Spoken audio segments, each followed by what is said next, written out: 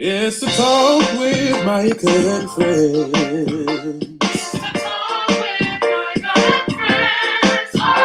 It's the talk with Micah and friends.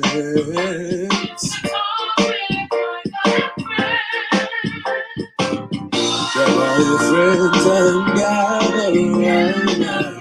They're gonna have a real time. It's the talk with Micah and friends. It's the talk with Micah and friends. It's the talk with Micah and friends.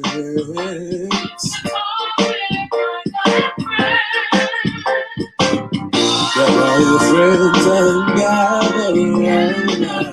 They're gonna have a real time. It's the talk with Micah and friends.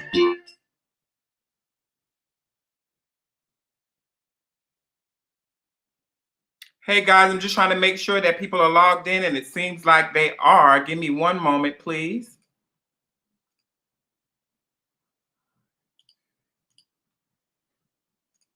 Give me one moment. Okay. Now see that we are live, but I don't see, why am I not seeing? Oh, there we go. Okay, I got it now. All right, we're gonna play that one more time for the people who missed it, and we're gonna go ahead and get it rolling. Give me 1 second. It's the talk with Micah and friends. It's the talk with Micah and friends.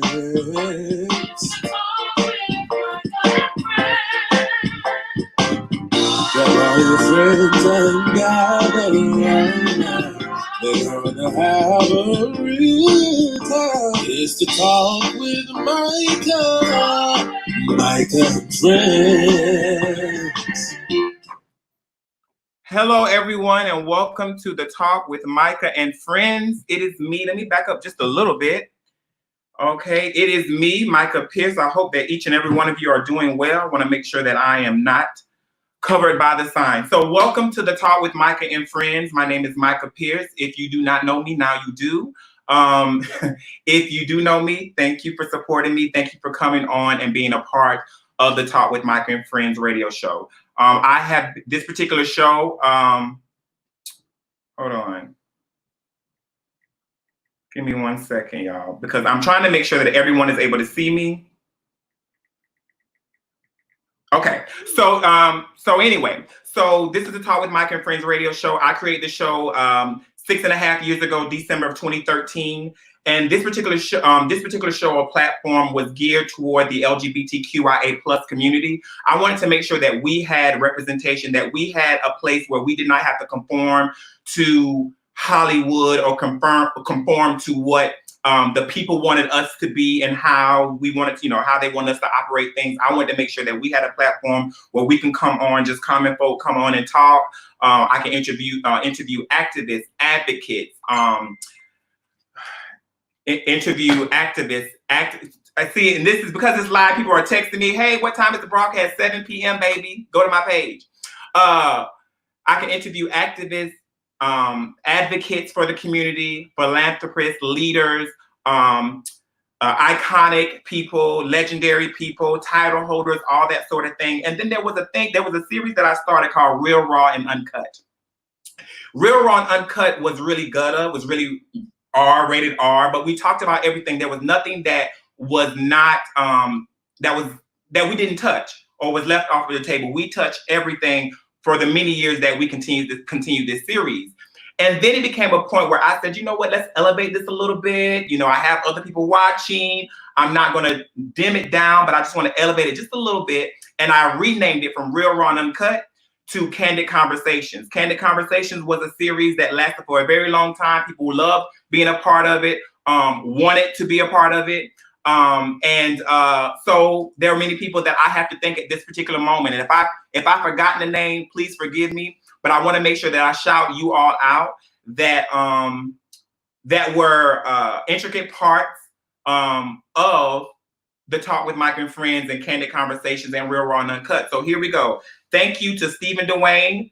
Thank you to Stephen Dwayne, Chris McKinley, Slick Foster, Trey Milan, Margella, Prince Cassadine, Cameron Black, Zachariah Asaj, Albion Arnell Davenport, Todrick, aka Tyreek, Tavares Conley, Paris Smith, Kobe Black, Jaylon Dickerson, Markel Williams, Sheena Divine Hawkins then, but now Eugene Hayes, Kenya Black Dupree then, now River Raheem, Jasmine Tasaki, Jada P. Starr, Deloriel Mendoza, Neandre Bonet Dupree, Derek Bristol, Demario Thornton, Timothy Kyron Jackson, Amaya Johns Chancellor, Doré Sierra Saunders, Ebony Sherry, John Cooper, Henry Hill, D. Davis, Danny Sanders, Sayez Fox Bonet, Del Rio Cole, and the infamous T.S. Madison. So all of those individuals were a part of my Candid Conversations community hall shows. And so I just want to say thank you so very much. Because of you, this is still continuing. So here we go. Let's go ahead, and I have to look over here to my, make sure I'm on task. Welcome again. Make sure you can comment, guys. You could propose a topic. Please share it with your friends. Again, we're on YouTube, Micah Pierce TV. We are on Facebook, Micah Pierce, all right? So I want to go ahead and get my panel on. So I'm going to welcome our first panel member, and I'm just going to pull them up, and they're going to say their name, where they're from, where they currently reside, their age or their age bracket, and any social media tags. So whatever social media they would like for you to follow or friend or whatever, or check them out, you know, at that point, they can do that. So here we go. Give me 1 second. Let me bring everything on. All right. And so we're going to start with this young man. Hold on. Let me unmute you. Okay. There you go. Hey everybody, my name is Andre Brown. People also know me in the pageant world as Dimitri. My brand is the Houses of Dreycee. That's D-R-E-Y-C-E-E. I reside here in Atlanta, Georgia, but I'm originally will always say that I'm from Jacksonville, Florida, and I am the senior of the group. I'm 54 years old. All right. Well, thank you, Andre. We'll come right back to you. All right. And then we're going to bring this young man on here. Hold on, let me unmute you. Okay, there we go. Okay, good. Hello, everybody. My name is Cesare Adams. I'm from the city of Newark in New Jersey. I'm 30 years old. You can follow me on all social media networks, Cesare Adams. I should instantly pop up because I'm like the only Cesare in the world that anybody knows. I'm in ballroom, among other things. Okay, thank you so very much. Now let me go ahead and bring this young lady on so she can tell us, hopefully her mic and everything is working. Give me 1 second. Go ahead. I can't hear you. Oh, hold on 1 second. That's me. Hey, can you hear me now? Yes. Okay, hey everyone. I'm Toy Washington. Originally from New Orleans, moved to Atlanta, then moved to Birmingham. I'm a part of Ballroom, a part of pageantry. I'm also an advocate for the LGBTQ plus community, where I work daily as a programs director or director of programs for Take a Resource Center, which is transgendered advocates, knowledge and empowering. I'm also a part of several boards and committees throughout the LGBT community, where I focus on equity and equality for trans women of color specifically, because we understand that trans women are the most marginalized members of the intersection that we call life. So, all right, that's me. Well, thank you so very much. And then we're going to go ahead and bring on this young man here. He's going to tell us about himself. Hold on, James. I'm sorry. Okay, there you go. Well, good evening and good afternoon, everybody. My name is James Phillips. I'm originally from Conway, South Carolina, better known as Bucksport. Currently reside in Los Angeles, California, and I'm 38 years old. I am the personal executive assistant to Miss Toni Braxton herself, and I'm in the ballroom as well. You can follow me on Facebook at Mia Monet Mugler. or on Instagram at Mia Monet 1120. Okay, thank you. And we're going to bring this young man on. Hello. And you can go. Go ahead. Hey, hello, everybody. I'm Slick Foster. I'm originally from Kansas City, Missouri, home of the Super Bowl champs. But I currently reside in Atlanta, Georgia. I'm 34 years old. I'm Slick Foster on Facebook and Pretty Rick A on Instagram, Snapchat, and Twitter. That's PRETTIRICKKAY. Okay. Thank you so much. I'll bring you back on in just a second. All right. And me. All right. So I am Micah Pierce. Where am I from? I'm from the same place James is from South Carolina. I tell people a lot that I'm from Myrtle Beach, South Carolina, because you guys have no idea where. You may know what Conway is because you have to pass Conway to go through Conway to get to Myrtle Beach. So I'm from the Conway Bucksport area, but Myrtle Beach, South Carolina.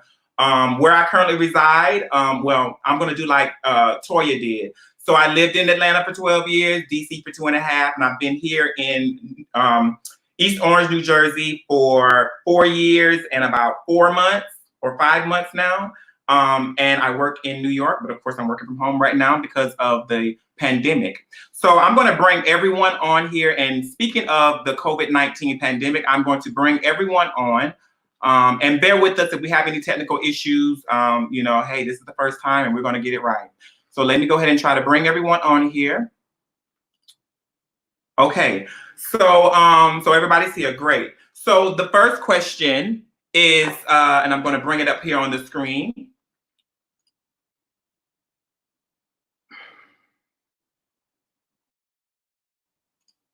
All right, come on, computer, let's get it. Okay, there we go. It's a little slow, but I'm going to go ahead and ask it anyway, and just whenever the computer is doing its thing. So my question, my question will be, how have you all been dealing with this COVID-19 pandemic? How have you all been dealing with this COVID-19 pandemic? Raise your hand and let me know who wants to go first, and I'll unmute you. Okay, all right. So let's go ahead. So go ahead. How have you been dealing with this COVID-19 pandemic?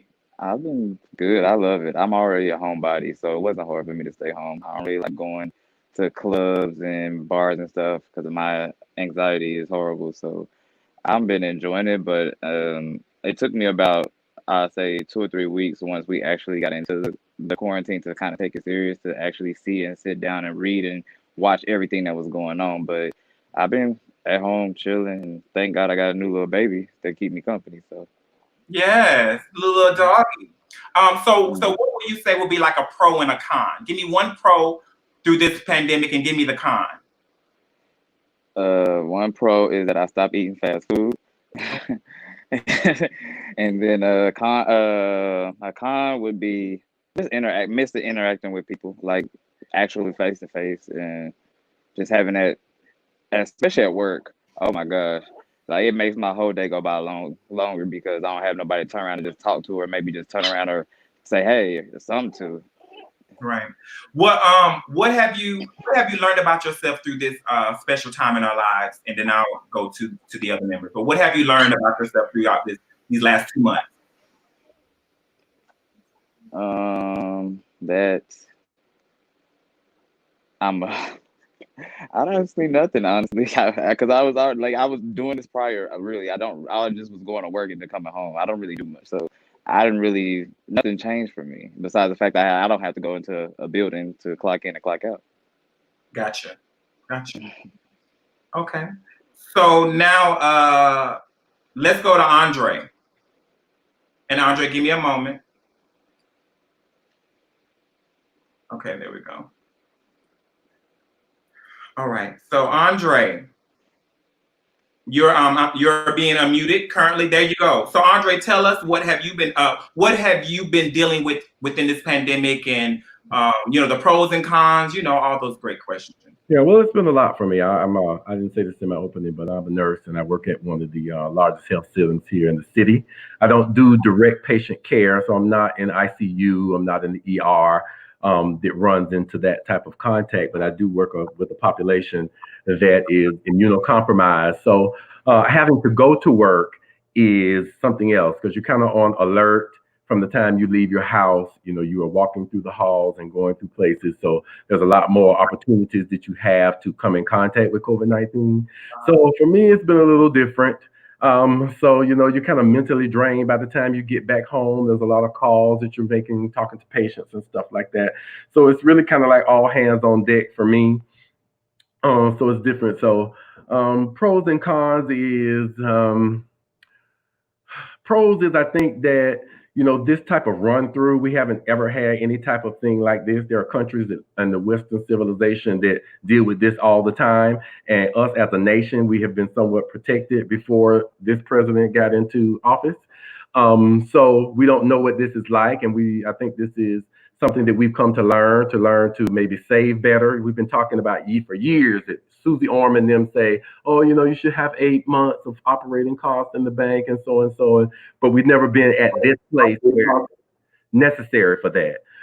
So that to me, I'm happy as a healthcare worker that we get to do some of this stuff. The cons is the number of lives lost and the just seeing just what a catastrophe really looks like, and having to deal with that emotion, because this will be a new form of PTSD that we're going to probably see in people moving forward.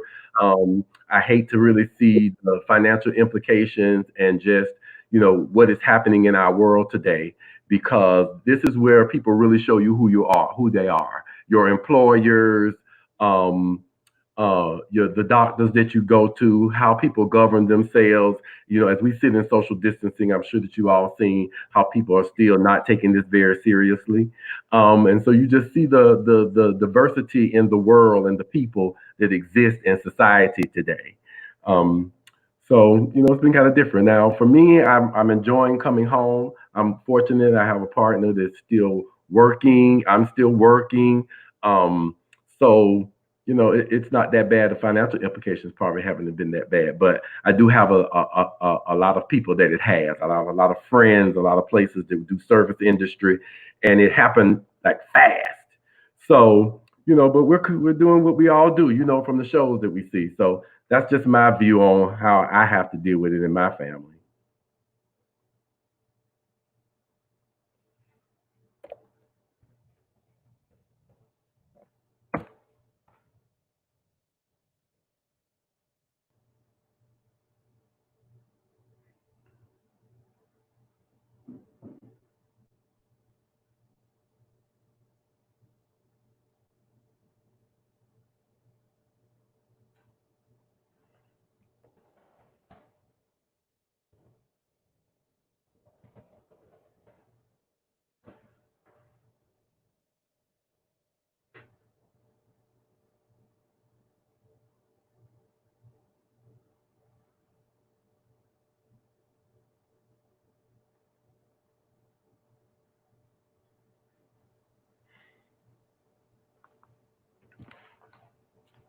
You pointing to me? I can't hear you.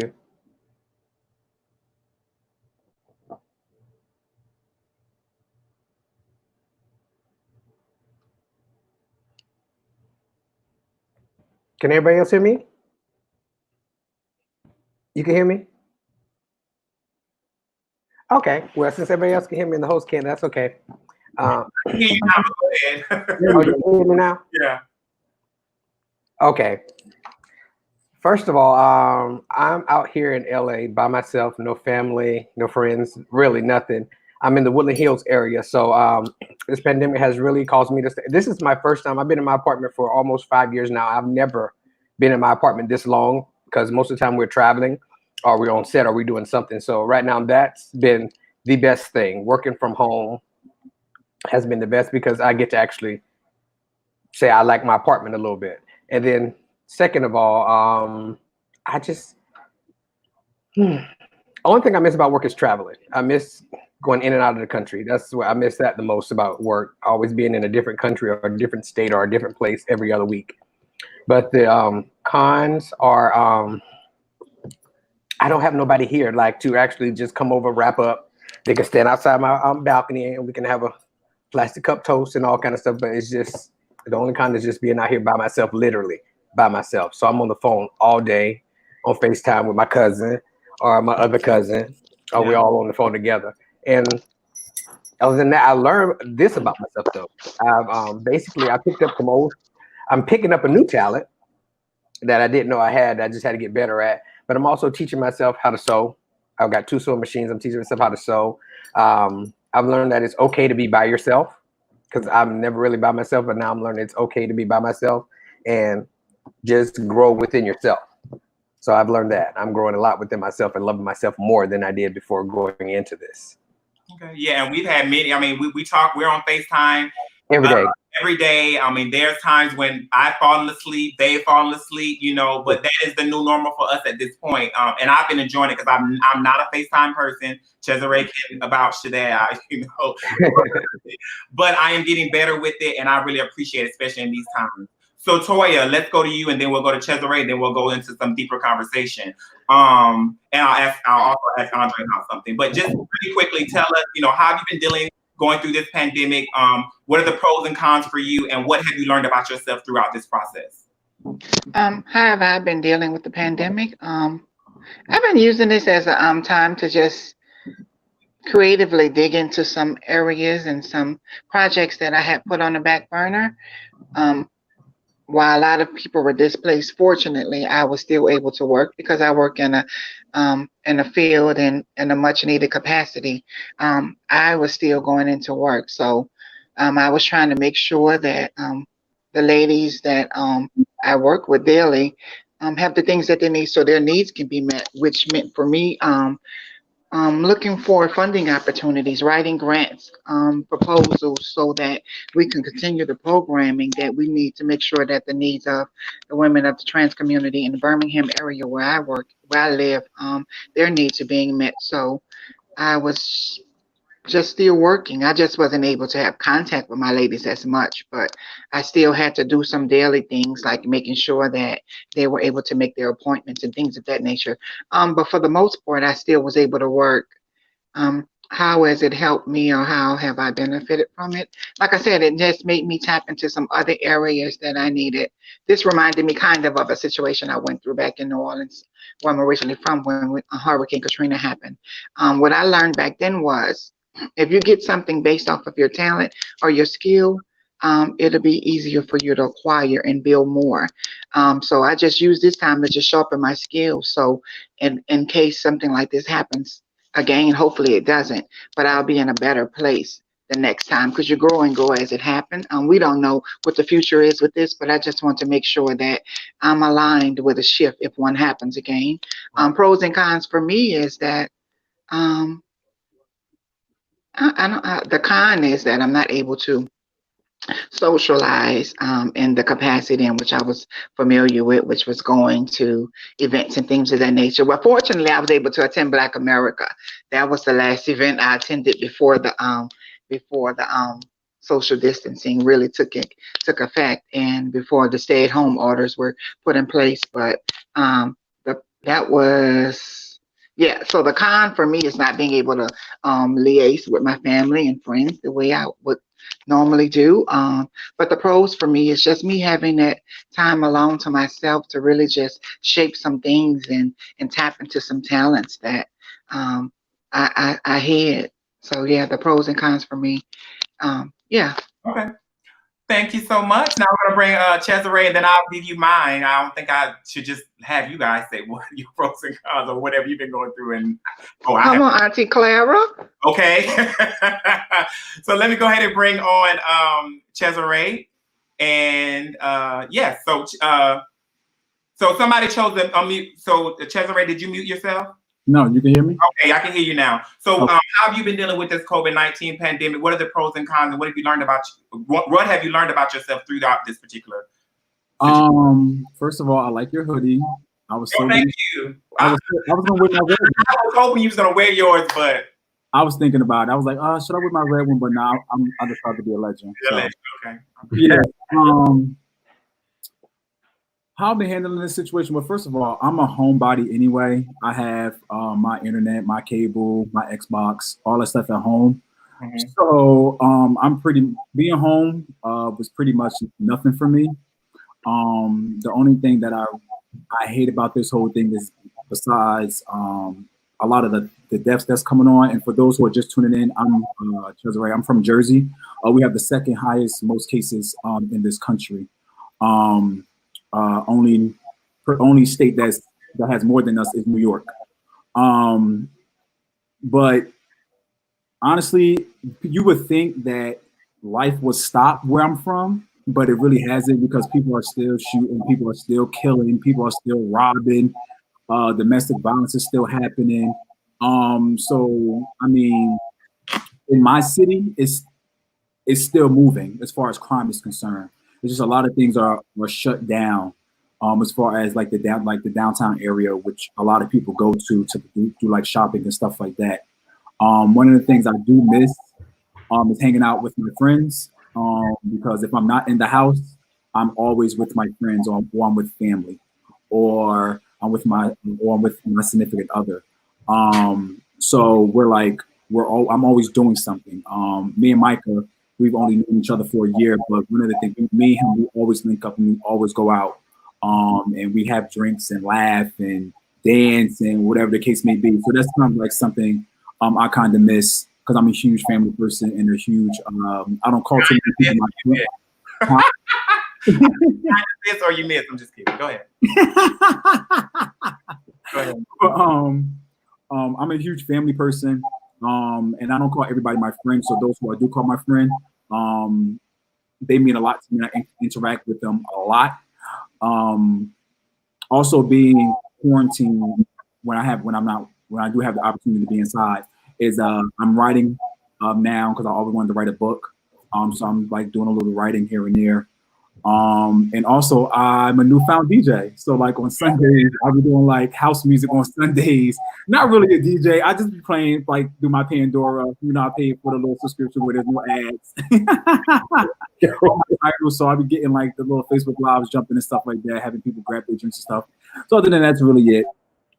Okay. Well, thank you so very much. And I guess I'll go ahead. I just want to make sure that comment. I'm not on Facebook right now through this particular app, but please make sure that you're able to hear me. I did text a few people and they said they were able to hear me. James pointed out that someone said they couldn't hear me. Maybe that was when I had my phone on mute, or I had this app, not my phone, but this app on mute. So hopefully you guys are able to hear me. But one of the viewers said they are able to hear me now. Now for me, the question was how have I been dealing with this COVID-19 pandemic? What's lit? You said. What happened? Hold on 1 second. He was holding his hand up.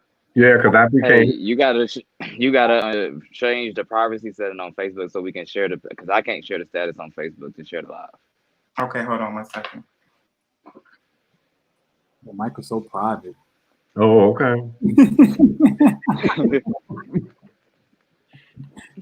Hold on 1 second. No, everything else is shareable. I think that you just did that till we came live so that nobody could see it or something. Nobody can. I mean, hold on. Let me just make sure. Edit privacy. Go to public. Oh, gotcha. No wonder. Yeah. Okay, now I've made it public. Yeah, now it'll be better. Okay, thank you. I apologize. Every time that I post this, but I think it's how the app works. Okay, so now let me say how I've been dealing so we can move forward. Also, please visit, it's on the screen right now, please visit streamyard.com/Facebook if you would like your name and your comment to appear on the live feed. If you have a topic, a comment, a concern, something that you want us to talk about, please go ahead and type that in the comment section so therefore I can go ahead and bring that on the screen, okay? How have I been dealing with the COVID-19 pandemic? I've been dealing, maybe it was like the first day or the second day I got back from Atlanta, which was the 17th. That was the last time I saw New York. I went from the airport to the Uber, to the train, to home. And it wasn't until I started watching the news, I really broke down and cried, like maybe that night or the next day, because it really like I really was able to figure out like, oh my God, this is like real, like, because in the thick of things that relates to Black America, I was busy, I was working, I was, trying to direct and produce this pageant. So with doing all of that, I wasn't really thinking about, I was kind of like out of sight, out of mind type of thing. But it wasn't until I came back to New York, saw the airport, you know, then came back to where I live and just saw that nobody was on the street, and it just looked really, really bad. And so I just was at my home and I just started crying. I started listening to gospel music and spirit. I'm a very spiritual person. So that kind of hit me at first, but I'm not a person where I revel in that and I stay in that. I did my crying, I did my praying, I pressed into God more, I leaned on to him, and I gave it to him. The pros, I'll say the con first. The con for me throughout this pandemic has been the fact that I am not, as Cesare said, I am not able to connect with the people that are so near and dear to me here in East Orange, or not even East Orange, 'cause I don't really do anything here in New York. So that has been the con, that I have not been able to, you know, go bowling, go to the movies, or go shopping. Everybody says I have a problem, but I haven't been able to go shopping, or, you know, really go to my restaurants and have my brunch or have my, you know, whatever. Those are the things that I do miss, you know. The pro, though, is for me, people who don't know me, who've come into my life in the last 10, 15 years may have not known that I did have a background in theater and a background in, you know, I don't want to say vocal performance because I'm not about to sing for you guys, but James knows all of these things, you know. So what I decided to do was that for so many years, I continued to sow myself, I continued to sow into other people. And I love seeing other people flourish. I love seeing other people have success, all of my friends. And I feel like if you're not going to be able to be a friend that's going to be able to inspire me, uplift me, encourage me, then I don't need you in my corner, you know?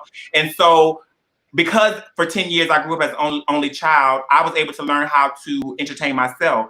But I decided, okay, Micah, what are you going to do? Like, there's got to be something that you can do. And so by people knowing me through pageantry and all that great stuff, that's great, you know, but that's only one side of me. And so I chose to show people the other side of me, which is the acting, for me doing the some more, and the Jennifer Lewis. Thank you, Jennifer Lewis, for commenting and liking my video I did of you. And I have some more coming too. And then me tapping into Aunt Clara. Aunt Clara is a funny character. And when I put on a wig, I'm telling you, it's just something different. I didn't think I was funny, never thought I was funny like that. But maybe I am, I don't know. But I'm just starting to tap into other things such as character development, getting back into my acting, getting back into things that fuel me, getting back into the things that that I find joy in, and being selfish. And I'm not a selfish person because I know that I give to other people. But it's time for me as I'm getting older to really sow back into myself. So that's what I've been doing. That's the pros and the cons. And in a nutshell, that's what I've learned about myself, is that I've done so many things. You know, James and I will go through the yearbook and I'll see that I was voted most talented. I'll see that I did this, and James will see that he did that. And we figured out that we have to tap into those things because those things still are within us. So the next thing that my computer keeps, my other computer, but I want to go to the next topic. I'm going to open the lines up for everybody on here. I'm not going to mute anyone because I want to make sure that this is a conversational piece, okay? So again, really quickly, please visit StreamYard.com/Facebook if you would like your name and your comment to appear. Comment in the section below. Hey, my panel members, if no one's talking or whatever, and you see a comment under there, you know, you think it's a good topic, bring it on. All right, so the next thing I want to talk about is pop culture and social media chat. Okay, and so when I think about pop culture and social media, the first thing that I told my guest was in relation to shows like Real Housewives of Atlanta, The Kardashians, Married to Medicine, Love and Hip Hop, Growing Up Hip Hop. Y'all know the reality shows out there. Do you think that these shows should continue? Why or why not? Are we beating dead horses at this point as it relates to social media? Until this pop culture called reality television. Just give me what your thoughts are about it. And I'm gonna again unmute everybody. So remember, when you're talking, everybody that's on live can see it. So I'm gonna unmute everybody, and whoever the first person that would like to chime in, go ahead and I'm just unmuting everybody. Give me a second. Unmute. Okay. Unmute. Oh, Toya, I think you muted yourself. That's why I can't unmute you. Okay, so let me do it again. Okay, there we go. All right, I think everybody is on. So the question is, should shows like Real Housewives of Atlanta, Kardashians, Married to Medicine, Love and Hip Hop, should those things continue for our culture? Why or why not? Whoever would like to respond first. I'm so on the fence. I never watched them, so I don't know. Right. because it's a two-edged sword, and I try to respect people for their talents, and I know it's entertainment and blah blah blah. I love the inspiration in the clothes and the stuff that it does, but the old school part of me is the message that it sends as other people see us, especially like your love and hip hop, and and it's TV, and I don't care what anybody says. You're supposed to be reality TV, but when you're being viewed in a camera, there and your contract depends on the foolishness because that's what we like, and that's ratings. Like they say sex sales. These are ratings. They like the foolishness. They like to see women of color be catty with each other and disrespectful. More people watch. So, that's higher ratings. That's how they make their money. I'm not trying to stop nobody's bags, as they say. But I will still think that maybe there should be a disclaimer. Like, what not to do, or how not to act with your girlfriend, or something like that. Because I think that young people are highly influenced, and that for some people, like I work in a predominantly female field somewhat, and so these conversations that I hear about how they perceive, and it just becomes such a real conversation to them, and they want to be these people, or they spend so much time talking about other people's lives, and so that's the problem that I kind of have with it. Okay. And I feel like when the reason why they talk so much about other people's lives is because they want distraction from their own problems in their own lives. So watching other people's problems and other people's lives in shambles, it gives them all the love and the happiness that they need, so they can don't have to worry about nothing else that's going on with them. And that's what I think that's why I think that they should kind of get rid of it, because at this point, reality TV has had is go for me. Like, it's been going on since Flavor of Love. I was in high school, so it's been a long time. And now it's just like, okay, it's repetitive. Everything's the same. Everybody's fighting. Everybody's arguing. Everybody's just, it's nothing positive about it. You have some positivity ones, but they don't get the ratings or the recollection that everybody, all that negativity gets. That's true. My gist is I don't watch it. I never did watch it. I'm a part of one of the reality shows. Well, not part of it, but I'm on the scenes behind it. So it doesn't thrive me, and none of it is real. Yeah, it's like an acting format to me, really. Yeah, I still don't think you get acting format without the script. Yeah, I don't think that you don't get their authentic self. You don't. You get the script for them. They write their own script. It is scripted. They write their own script. So you just get the character they created. That's why they gotta go through glam. You gotta get up a hair and makeup, because if you see them for who they really are, ooh. Yeah. I don't know. I just watch the reality shows, honey, that I know I would never be able to do. Like, so you think you can dance and things. So those things. That's all I was about to say. Yeah, I like to do stuff that expand my vision. So I don't like to deal with stuff that's really tangible, stuff that I deem not something I want to apply or is applicable to me. So like, so you think you can dance? I love that, and things like The Voice. I can't sing, so I love those type of things. But I mean, I don't like to yick nobody's yang or whatever. There are people that really love those type of shows. But I do want to revert back to the question that Micah asked in our opening about the pros and the cons. Hopefully, with this pandemic, we were able, like most people in society, we were able to harness on a talent or a gift that we didn't realize we had, or one that we was put to the side because of social oppressions that we deal with every day. Hopefully, this break gave us an opportunity to cultivate and sharpen those things. So we'll see an influx of new talent and new ideas that can move this to the new frontier, that can change the trajectory of reality shows. That's what I'm hopeful about. That's one of the pros that I'm wishing for with this. Well, I hope so, girl. Good luck, y'all, because it ain't happening. Go ahead, Ray. I love the reality shows. Some of them. I do. I love Family Values. I love Atlanta Housewives, even though some of them can pack it up and they need to bring back Phaedra.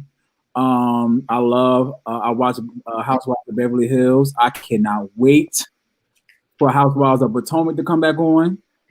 I'm not really into Love and Hip Hop. like, because first I don't even listen to rap like that, like, so that really don't interest me. Well, it don't matter because none of them on the show even have music, so or in hip hop at all. Well, Seth, exactly. But I think somebody who's in law enforcement, who's really into politics, somebody who's in ballroom, I wish that they created a reality show that's actually on a major network that was focused on LGBTQ people. Yeah, I think that's one of the reasons why I'm kind of getting over these typical reality shows like Keeping Up with the Kardashians, stuff like that, because it's like, yeah, we got Pose, but Pose is just showing what ballroom was when it first started. yeah. It's really not showing, it's really not getting people into the now. But what about the show that's coming on HBO or Cinemax? Legendary. That's Vogan. That's just for Vogan. Legendary. Oh, that's just Vogan. Vogan. Yeah, not everybody in ballroom votes. Yeah, Another dance show. No, vote. LGBTQ, a reality show that's really dedicated around LGBTQ, because let's be honest, when people think of LGBTQ, the first thing they think of is cross-dressing, a stylist, somebody who does hair, makeup, stuff like that. They don't think of somebody who's an executive producer behind the scenes, or somebody who's in law enforcement, or who does politics, or who might be a construction worker. Or like they don't think think about those things. So that's why I was like, I'm getting over reality TV, but I love reality TV at the same time. Reality TV. You brought up an interesting point, Cesare, as it relates to creating a space and creating reality for us on a major network. The problem that I have, well, let me say this, and then I'm going to hit your point. As it relates to Real Housewives, Kardashians, or whatever, I'm going to tell you the Kardashians, they inspire me. I look beyond what they got going on. This person cheated on this person, that person cheated on this person. Oh, this. I look at, okay, they started a makeup line. I don't care if they came from a family of privilege and wealth, or whatever the case may be. There was a point at one time in their lives where they didn't really have as much as they did. So I look at the boss moves that Chris does. I look at what Kim is doing and has done, regardless of the sex tape. I look at Chloe, I look at all of them and see what they're doing outside of just dressing up and putting on a show. So I'm inspired in ways. I take my inspiration from different people in different ways. The Real Housewives of Atlanta, I always tell people this. I was so embedded and invested in Real Housewives early on. I was a Nene fan. I'm nobody's fan at this point. But what I want people to realize, and I've worked with the Braxtons before, for a little while or whatever. I saw that, and I still love, that family. But the thing is that we as people, when we're having these conversations in these groups, in these discussion groups, or amongst people, we have to realize that this is entertainment. So when I'm looking at TV, I'm looking at it solely for what it is. Just as though if I'm watching, Scandal, or if I'm watching, something, one of my favorite Netflix shows, it's entertainment for me. I'm not that invested in their lives, because they can't really do anything for me. Now I may take a little something from here and there. Oh, Nene, you got your boutique. Maybe that's something I want to do with whatever, but look at it, somebody's phone. Look at it solely as what it is, entertainment. Now back to Cesare. The point in regards to creating a space for us. If you go onto YouTube, you see many web series that feature LGBTQIA plus members. The thing that I have a problem with, and I feel like the reason why people are not getting on the major networks, is because you're going the wrong. This is my opinion. I don't care who's watching and who, I do care who's watching, but I don't care. I already know what you got to say. What you feel in relation to what I'm about to say. I'm not knocking anyone's bag, as Andre said, and all of that. Do what you do. We got to get there how we get there. You just don't sell your soul in the process. We don't have to mimic what the Real Housewives is doing. And all these love and hip, and we got to have the enemy, and we got to have this and the other. You're on these web series for you to be able to cultivate a brand, for you to be able to be on a platform and show people that I'm a stylist, I'm a makeup artist, I do music, I produce, I write, I this and the other. And what I wish the producers would do is focus more so on that. Focus more so on what they're doing outside of sitting around a table and gossiping and throwing drinks and wanting to fight over nothing. You know, fucking. That's all you see is sex on the thing. That is not our community. You know, that is not our community. You know, we all are doing that as a relation to a society. But that's what I would want to see. Yes, I want to see LGBTQIA folk on TV, reality, but I want to. And here's I'm not gonna call out the reality show, but it started in Atlanta. And my issue with them was that I've lived in Atlanta for 12 years. I know some movers and shakers. I know some designers. You know, I know some musicians. You know, I know some producers, some writers, some people who are behind the scenes in reality. Come on, is this what are we really picking from the litter? You know what I'm saying? Like we are not guinea pigs at this point. Reality TV has been around for too long for us to sit here and be choosing people who really have no. I'm sorry. No talent. So what are you talking about? None of the movers are the shakers. Well, let's shake it out. And I think it might be. Well, I think it might also be the fact that that's some people that they can get to participate in their, you know. That is true. Maybe their budget is a limited capacity. Because you got to remember, those people who are movers and shakers might not have the time for them. Yeah. No, that's a good way to look at it, but I don't know. You know,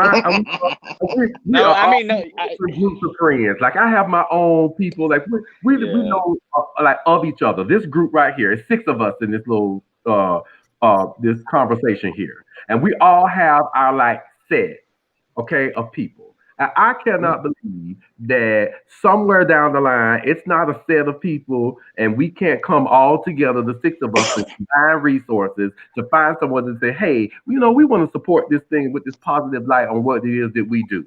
Because there's a lot of people that don't even know. I'm a nurse by trade, but I love drag. I design dresses. I do all kinds of stuff. And most people tell me, I don't even know you do that kind of stuff. But then there's so many people out there. Just because what you do to make your money doesn't mean that's the only talent that you have. Right. And so I know we've got to. Now that I'm with Toya on this, I'm hoping that this pandemic thing will allow us to really be able to push ourselves to see what our talent is and allows us to collaborate and be able to make something really great moving forward as a people. Yeah. Because we sit around and we talk about, you know, we want this, we want this, we want this, we want that. You know, we really don't need other people's money. You know, we really don't. I'm hopeful that it's going to happen. You know, you've seen it where everybody's dropping a brush, passing a brush, and the Don't Rush challenge. So I mean, you know.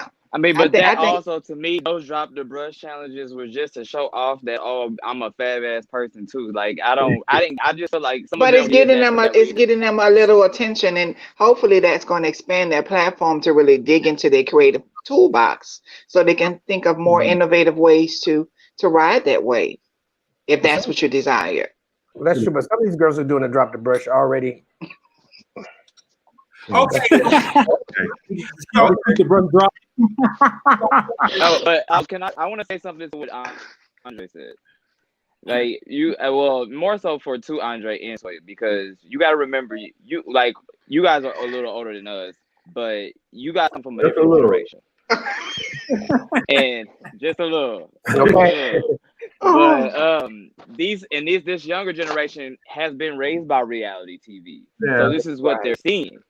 So you got to remember, that's why I know for a fact it's not going to happen, because these are the same children who's ready to run out here and get in these malls and get to this restaurant and get to this bowling alley just right now, just because they're so bored, because they've never made their home a home. True. Like they don't have nothing at home to do because they're always out, and they never made their home a home. And they don't know how to cook. So many of them that I see that they don't know how to cook. I ain't gonna lie, I don't know how to cook either. But I will get in that kitchen and try. So when I want to. You're right. I agree. I totally agree with you. 21. I totally agree with you. My daughter's 21. She's home, so I have to. She keeps me hip. She kind of trying to keeps me on my toes. She's a millennial. I'm sorry. Huh? You sorry? Don't be though. You know, I've always had, my god kids and kids. I've always taken on. I was the one that always had all the kids with them. I like to be able to talk to them because I didn't have anybody to talk to growing up. I had to learn the street. Street taught me. Oh. And I just think that some of these young kids need someone to talk to. You know what they need to do? What kind of reality show they need to create? Okay. They need to take these millennials and put them in the middle of nowhere on a farm and let them raise some chickens, get some cook for themselves. Baby, that's gonna have 0 ratings. Box office boys. Baby, I will watch. No. That's actually gonna be good TV because them kids are gonna go crazy. They're gonna go crazy. So? They ain't gonna know what to do. They're gonna lose their mind. You're gonna be fights. There's no cell phone. There's no cell phone. There's no cell phone without a phone. Y'all talking over each other. Oh, well, I was trying to compensate. You know, that's how Black people compensate. We talk with each other, not at each other. Yeah. So on those same lines, you see now it's pop culture and its influence. So going along those same lines, because you guys have been talking about this, and this was a question or a topic that was proposed to me by someone who shall remain nameless. Rappers influence the youth, even down to the gun violence or the lyrical content, the way that they have a disdain for a certain community or disrespect or whatever. Again, like Slick said, they are influenced by what they grew up under, and that's social media, and that's all this technology. So we're saying that we do have members of the LGBTQIA plus community that have now been invited and accepted into what we know as pop culture, from a celebrity standpoint. So you think about Bobby Lights from Miami, Love and Hip Hop. Don't roll your eyes. Just listen, rapper Salty Santana, Alonzo Arnold, who's a celebrity stylist. Follow him on Instagram if you would like. Alyssa Edwards, Milan Christopher, T.S. Madison. The list does definitely go on. We've seen people evolve. Some of those names, we've seen them evolve and do wonderful things. And we've seen some that, are kind of doing their own things. Or, can add Derek J and all of them in there as well. Should we hold them, as they are LGBTQIA celebrities in the limelight, should we hold them to even higher standard because of their celebrity? Should they have a certain level of responsibility now that they're on a broader scale? No. Or should they just continue to be who they are because they do not want to feel like they have to bend the rules, or some people just feel like, hey, even though I'm gay, I'm not a part of the community. So just give me what your thoughts about that. Pop culture and its influence as it relates to LGBTQIA celebrities. First of all, being that they're a gay celebrity, that's them. That has nothing to do with me. How they live, how they move, how they work, how they play has nothing to do with me, because I don't move how most of them move, and I don't do what they do. But at the same time, we are in the same community. That's just that. No, just be you. Okay. Yeah, because you have to be a quote unquote celebrity. I support them. I do support them.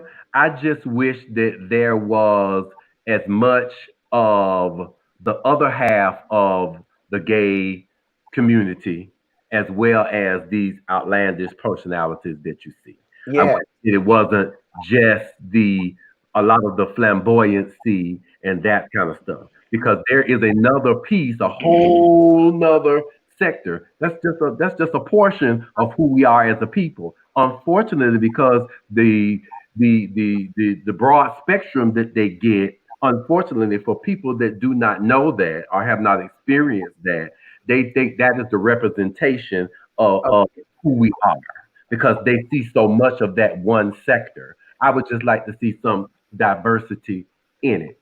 Now, why? I don't know. It's because, maybe some of the professional people don't want to do that type of show and don't want to be associated. I don't really know what that. I feel most of the reason why most of the flamboyant gays are being highlighted or profited on is because they are them and they don't care about being them. Most of your masculine or subtle gay men I'm gay, but I'm gay to me and the people I know. I don't need the world to know my business. Me myself, because I'm a loud out gay girl. But at the same time, that's me. I am too. That's me. I think most of the people are not like that. They're gay. Once you ask them a question, they're not gonna lie and say I'm not. But I'm not gonna put my business out there like that. I don't want to be a gay rapper. I'm a rapper, but why I gotta be a gay rapper? I agree. Individuality is very important when it comes to that. I don't believe that everybody should fall under a certain social construct, because that erases the individualism that we all should possess.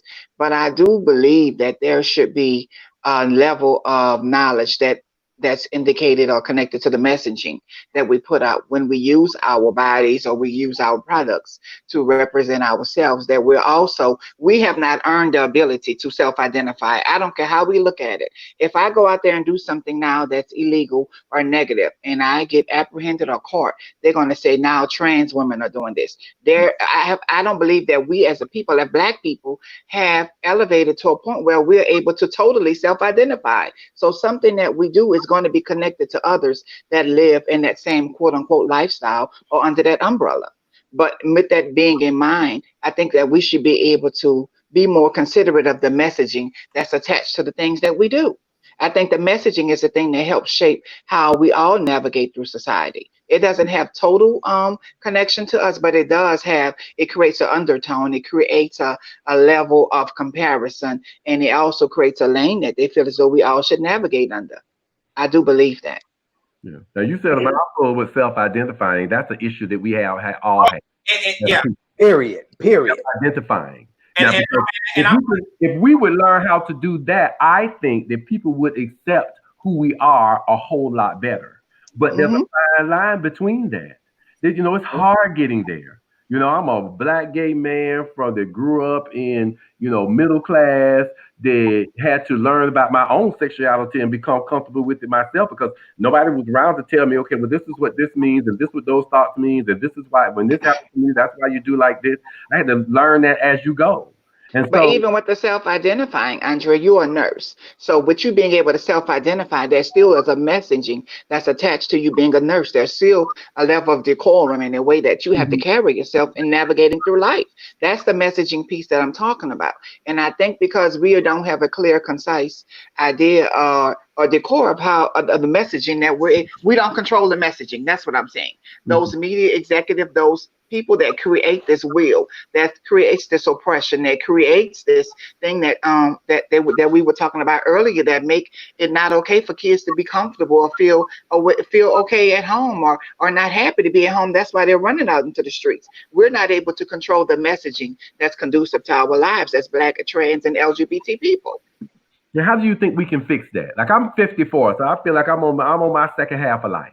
And so we have to create these things that create the messaging. And like I always have this conversation, we as Black people, we have not earned the right to be pro-Black, period. I mean, we can be supportive and self-affirming and supportive as Black, but pro-Black, we can't be. We don't have our own forms. We don't produce the car. We don't make car. We don't have car companies that we create as Black people. We don't have airlines for Black folks. So all of the things that we would need to be totally pro-Black, we don't have that. You understand what I'm saying? So because we don't have those things, there's still somebody else control the messaging for us.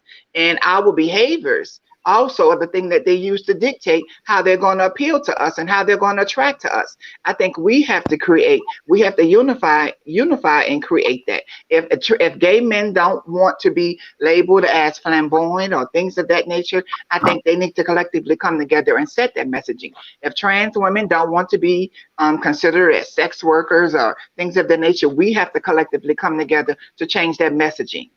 And that's the piece. We're never going to be on one accord to really change the messaging, because we all are individuals and we all have a different belief in how we should move and navigate. Well, girl, and while we're doing that, they're still capitalizing on us. Because even though 6 of us on this call saying that's not how we don't want that negative stuff. We don't want we don't want those reality shows. We have a mass of people that do, because they are adhering to the messaging that's put out. The ratings. So I put boxing our community in the LGBTQIA spectrum because it's something that I've been thinking about, and I'm glad you guys were pretty much hitting on the point in this, that, and the other. And thank you guys for that are commenting, and I definitely want to go to your comments. I don't see them. I know that you're commenting, but I don't see them. So I'll look and where are they commenting? But I see people are commenting. So boxing. So one thing that, when I came up, and I'm sure a lot of the other men on the panel come up, okay, I'm gay, I like men, I'm attracted to men, this, that, and the other. But why is it that, and Ebony, I definitely want you to chime in as well, but why is it that you feel like the LGBTQIA community, they box us and label us as one thing? So if I come out and I start dating men and I'm attracted to men and I love men, being in a relationship with men, but that's all that I am. People think that that's all you can be is gay. Now, my friend can be, gay and only like men, but for someone like myself, who I'm starting to figure out that I'm more so attracted to personality and people versus gender. So it could be pansexual, it could be asexual, it could be whatever, gender non-conforming. These are things that I'm getting older that I'm starting to realize about myself. But what I don't like in the community is that when you start realizing who you are, or you start to come into who you are, people want to still continue to label you as you're gay. Or if I was to say, I think that I'm identifying as gender non-conforming now or whatever, people now have a problem with it. Or if I'm now myself to be pansexual, or if I am a cisgender man that enjoys the company of another trans woman or a trans man, why is that a problem? Wow. I don't care what you guys think. How long is this call? How long is this for? Okay, so we just began this. They have to have sequels to this, honey. I mean, at the end of the day, it's just like car dealerships. There's levels to it. We can't just have a car. We have to have a Lexus, or we have to have an Infiniti, or we have to have a Bentley, or things of this nature. And I think, once again, Micah, we had this conversation several times. When we introduce ourselves to people, that's how people begin to get comfortable with us. And their comfortability dictates how they're going to act and how they're going to accept, and sometimes how they see themselves. And so when I introduce myself as Toya, and that's it. So now, 5 years later, I don't want to be Toya anymore. It's now I'm going to have people that I consider close to me that's not going to be able to adhere to that, because, oh, well, baby, that's how you introduce yourself. That's how I'm going to see you. But that has nothing to do with that individual. That has to do with you being comfortable. And you have already compartmentalized or identified this role that this person should play that makes it easy for you to live. Not this individual. We're not keeping in mind, or we're not being mindful of other people. We're making these things convenient for us. If I'm telling you that my name is Toya, and that's that, even though you met me as Toya 5 years ago, my name is not Toya. My name is now Francine. Why the fuck you can't call me Francine? If that's how I'm self-identifying. If I'm telling you that I'm Francine, or I'm not going to call you that because I remember you as this, that's your personal issue. You see what I'm saying? And I think it's that whole piece right there, because that whole thing takes the comfortability away from themselves and giving that power to somebody else, and that's what makes us uncomfortable. We don't want to challenge ourselves or even be considerate of somebody else, and that's the problem for me. Amen. Amen. Now, baby, preach, preacher. I told you, Vice President, honey. I'm gonna call Joe. That's a problem. Desiree, Slick, you want to comment or? Nah. Why y'all don't want to comment? What happened? Oh, you know, I have to. I'm sorry. Because somebody's mic. I keep hearing feedback. I think we're finally getting there. It doesn't bother me that much because I grew up in a time where you couldn't be there's no way you could really be truly openly gay when I was coming up. It just wasn't the proper thing to do. There wasn't as much. You didn't even really know how to deal with these feelings. There were no TV shows that tells you how to do it.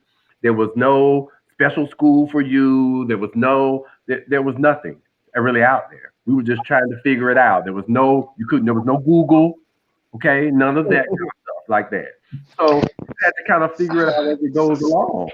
And so I just think that we have to be better about allowing these kids to be able to be themselves, and that we do need to be able to talk to them through this process, because now they have so much information that they don't know where to go to and what to listen to. That's true. Yeah, and so many Go ahead, Slick. Slick. Because I was just having this conversation with somebody else, and I was just saying that the community today the younger kids have it so much easier, because even though you're a little bit older than me, me growing up, I couldn't be out like I wanted to in high school. Even when in my 20s, coming out to my family and stuff, like it still was hard as fuck. Now, gay is like fat. Like everybody wants to be gay. Everybody want to vote. Everybody want to do everything that we're doing. Like everybody wants to go to balls now just because of pose. And it's just like everybody hated the pose. Like even our own community, a lot of people hated the ballroom scene up until pose. And as soon as pose came out, now everybody on that ballroom bandwagon just because it's now on TV. Like now, so why y'all jumping on it now? But I mean, it's go ahead. in reference to that whole gender piece, like Andre said, I do believe that we're getting there because a lot of people, just like a religion, a lot of people are coming to self-identify with their own personal relationship, and they don't want nobody to define their relationship with their higher power. So they have identified their personal relationship. And just like we as humans, we are spirits living a human experience. Our energy is the thing that controls our body, and most importantly, energy is the thing that attracts us to other individuals. I don't care. I love masculine energy. So if a person is embodying masculine energy and they are moving in a certain way with that energy, there is a possibility that at some point I may find that attractive because I'm totally drawn to masculine energy. And I think once we are connected to that energy piece, we forget about that gender piece because the energy is the more predominant thing. And I tell people all the time, confidence and self-esteem is the most attractive thing that makes a person attractive to the opposite or sometimes the same sex. You don't have to always be a gorgeous person or in that particular way, but if you move with a level of confidence, that energy that you exude, that you're aware of your presence when you're entering into a space, whether you're male or female, you have the ability to grab the attention of someone else. And I think it's that understanding and that awareness of that energy that's really shifting or having these gendered conversations more regularly. We're understanding, like Micah said, I am attracted to what I'm attracted to. You have identified that you're attracted to masculine energy, and whoever's able to host that can get a minute of your time. And from that, you can identify or decide, oh, well, no, I can't go this. Yes, I find you attractive and you have these things and things of that nature, but there's another piece that I'm not comfortable with. But once we know what we desire, we're more able to navigate and have that conversation toward that. And once we have that conversation, we're able to identify this is not what I want. And I think this is what our kids, this is what the youth, and this is what we're going through and we're experiencing now. We're understanding that we are connected to energy and we are not afraid to move into the direction of that person that's a conduit of that energy. So the energy is the most important piece. Someone on Facebook, well, since he posted it, I'm going to go ahead and say his name. Benny, CEO of Black America, he said, it's hard for older gay individuals to accept new labels because they are ignorant of their definitions. Oh, now that I can agree with. I can agree with it. It changes every day. Shit. Yeah, I mean, there's new terminology.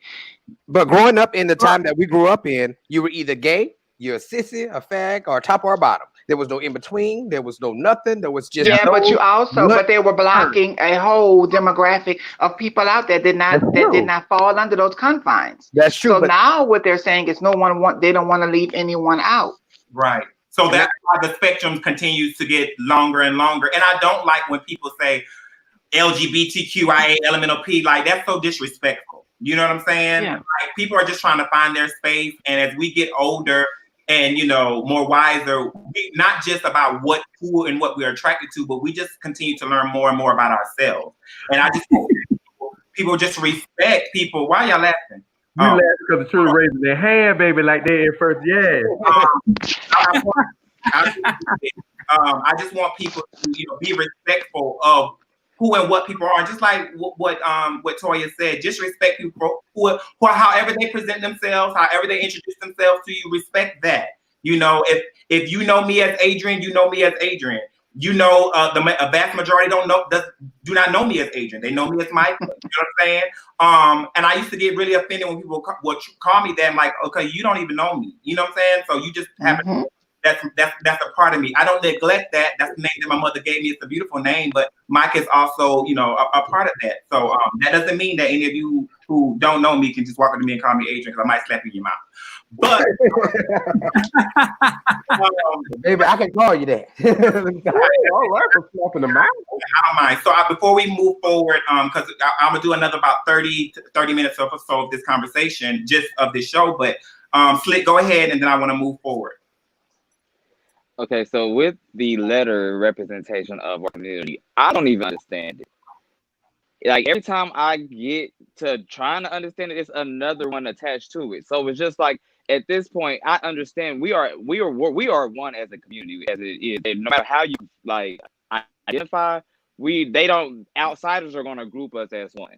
So I don't feel like that we really need to add all these letters, because that takes away, because at this point people are saying LGBT, A, B, C, D, E, F, G, because it's like at this point they look at it as it's a joke, because we want to include everybody, but the point is we already have the LGBT. Like, and that just was gay. Nobody really, the labels, I mean, the letters stood for something, but for me, I feel like even outsiders just looked at it as that's just the gay community. Gay community, no matter if it was lesbian, bisexual, trans, whatever. No, I mean, there are levels to all of it. I mean, even when we look at the political I'm not saying that parties. they're not. No, I understand totally what you're saying, because there's a lot of people that identify and agree with what you're saying. But what I'm saying is the problem with that is that it closes out and it kills off the life or the representation of so many other people. You know, if regardless of, even if you want to have the understanding and the knowledge that there is the LGBTQ, if somebody else come to you and say, well, that I'm intersex, or I'm queer, or I'm gender nonconforming, your response should not be a negative one. You see what I'm saying? If they are self-identify, like I didn't enter this call correctly because I'm a community leader and advocate. And when I enter into these type of spaces, I put out there how I want to be identified. I usually start off a conversation. Hey, my name is Toya. My pronouns are she, her, and hers, anything feminine. And I think that really, because when we go into community spaces, there are so many different individuals that identify as other. And that other can be gender nonconforming, that other can be queer, that other can, it's a plethora of things. But being able to self-identify sets that straight. And I think because we don't even introduce ourselves properly when we're introducing ourselves to our counterparts in community. There is not a true greeting, a genuine interaction. Like that whole, what's up, dogs? No, baby, no, don't do all that. That we don't even greet each other in a correct format to really establish that level of connection and that genuine interaction. And Benny commented and say, I think it was a question, but it was also like a overlay of just, I guess, wanting people to think about it. He said, "Do we understand why the label is important?" Yeah, I just said why. No, I understand. I'm just reading. I'm just and I don't want it to be taken out of context. No, it wasn't. It wasn't slick. No. I was just speaking. You can reply, and I'm about to say I don't reply to people. If they want to be called with that, I respect people, but I do think that adding all these letters is taken away from the message, because if you like now you say everybody wants to be included, but then you put the plus, now the people who are not on here is not included. So now they just a plus sign. No, I think everybody on this call have the ability to shape the way that the person next to them see themselves. Like, regardless of any of us have already had people that already have preconceived notion of what gay looks like. And I think at some point, none of you guys identified or feel what that gay looks like to your family or friends, but your existence became a model of what that should look like and how they should treat you. And I think that's what those individuals that navigate under those other gendered spectrums are able to do. So if you was to be encountered around someone that's queer, like Giselle recently came out and said she was queer, and that, you know, and Janelle Monáe and individuals like that. So when these individuals that are able to impact in certain ways introduce something different, it piques the knowledge and the interest of others, and that's how we grow as a community. I didn't take it as negative. I just wanted to use that as an opportunity to put that information out there, Slick. So we're gonna move higher in the program. I love that conversation, and like you said, there's more to it. I can get deep. Toya, and I definitely want to make sure that we see, like I got 2 different names. I'll have 5 in a minute. Yeah, Toya, Ebony, all those different things. So Ebony, did I say Ebony? Yeah, you fine. Yeah, you fine. That's me. That's me. That's me. Yeah, so I mean, y'all can call me Adrian, Micah, whatever. I mean, my Twitter. Maybe you just told us we're gonna get slapping them out. No, girl. Okay, so we're gonna move higher. So I want to talk about really quickly just friendships, and let me go ahead and put that up here. Yes, friendship conversation. So how do you forge friendships at this age, whatever age you are? How do you forge friendships? What connects you and draws you to people? And what must a person possess in order to be a part of your circle? Well, baby, what's the word you use? How do you what? Forge. Like how do you get friends? Like how do you forge those relationships? No. Have relationships with Okay, forge it. Well, I've always, I'm old school again. So, I try to teach young people how because I'm the girl in my group that can be friends with all the girls. Now, they might not be friends with each other, but I can be friends with all the girls. Because over time, that I'm a people person, number one. I see the good in all the people. But you have to find out where to put people on your list. And that's what allows me to really be able to move forward with people. I have some people that they're very close to me. We have the same type of outlook on life. We carry ourselves in the streets the same. We're both movers and shakers. We're just trying to grow old and retire and be happy. That's all we're really trying to do. You have other people that do like other kind of things. They're good time girls. They don't like to go to work, but they love to hang out to the clubs. If you want to go out, you want to know where to go, you call them girls up. Say, hey, girl. Come on, good time, girl. You got it all kinds. You got hustling girlfriends out there that you in a rough rut. You want to know, hey, girl, I got to figure out how to do so and so and so and so. You call that girl up and say, listen, girl, what's tea? And she'll tell you where to go, how to do it, who to call somebody for you, get you what you need, boom, boom, boom, boom, boom. So you just have to be able to do that. But I think the main thing in being able to do that is to understand who you are. What are the things that you value in yourself? Do you have self-identity? And self-identity doesn't necessarily have to be your sexual attraction to what. What do you want to do when your light goes out and you make the transition, wherever that's going to be? What do you want to be left about who you were when you traveled on this earth? And how do you want to navigate and guide through that? And so when you find out who you are, it's very easy for you to be able to find who to gravitate to, who to allow into your personal space that you may talk to at all times, who you want to be around that will teach you something. You want to teach people that's the point. Also want you to be able to learn something. So you have to move about where it is that you're trying to get you and how you feel comfortable and where it is. But it starts with who it is that you want to be. What type of person do you want to be known as? And I think that's how I've learned to, and I also have a spirit of discernment too. That takes a spiritual connection to be able to find out, read through some of the bullshit with some of the children. That's another thing, because you really have to pay attention to people, because I don't call everybody a friend, because everybody's not my friend. I have associates and I have friends. My associates can tell you my phone number, my address, or nothing about me. I only socialize with you when I see you. You got to know who should be in your circle. Fuck that. You shouldn't even have a circle. You should have a triangle. You need 3 motherfuckers. Sorry. Oh, I know. It's all right, girl. You just come. You fine. This baby has heard and seen worse. Okay? You got to have 3 people in your circle that are just strong people, that going to have your back, that can answer all your questions, that's not going to judge you, that's going to be there for you, that know your family, that knows everything about you, that presents that friendship family quality. Because to me, I don't have friends, I have family. You can't be my friend. You either my sister, my brother, or you're nothing.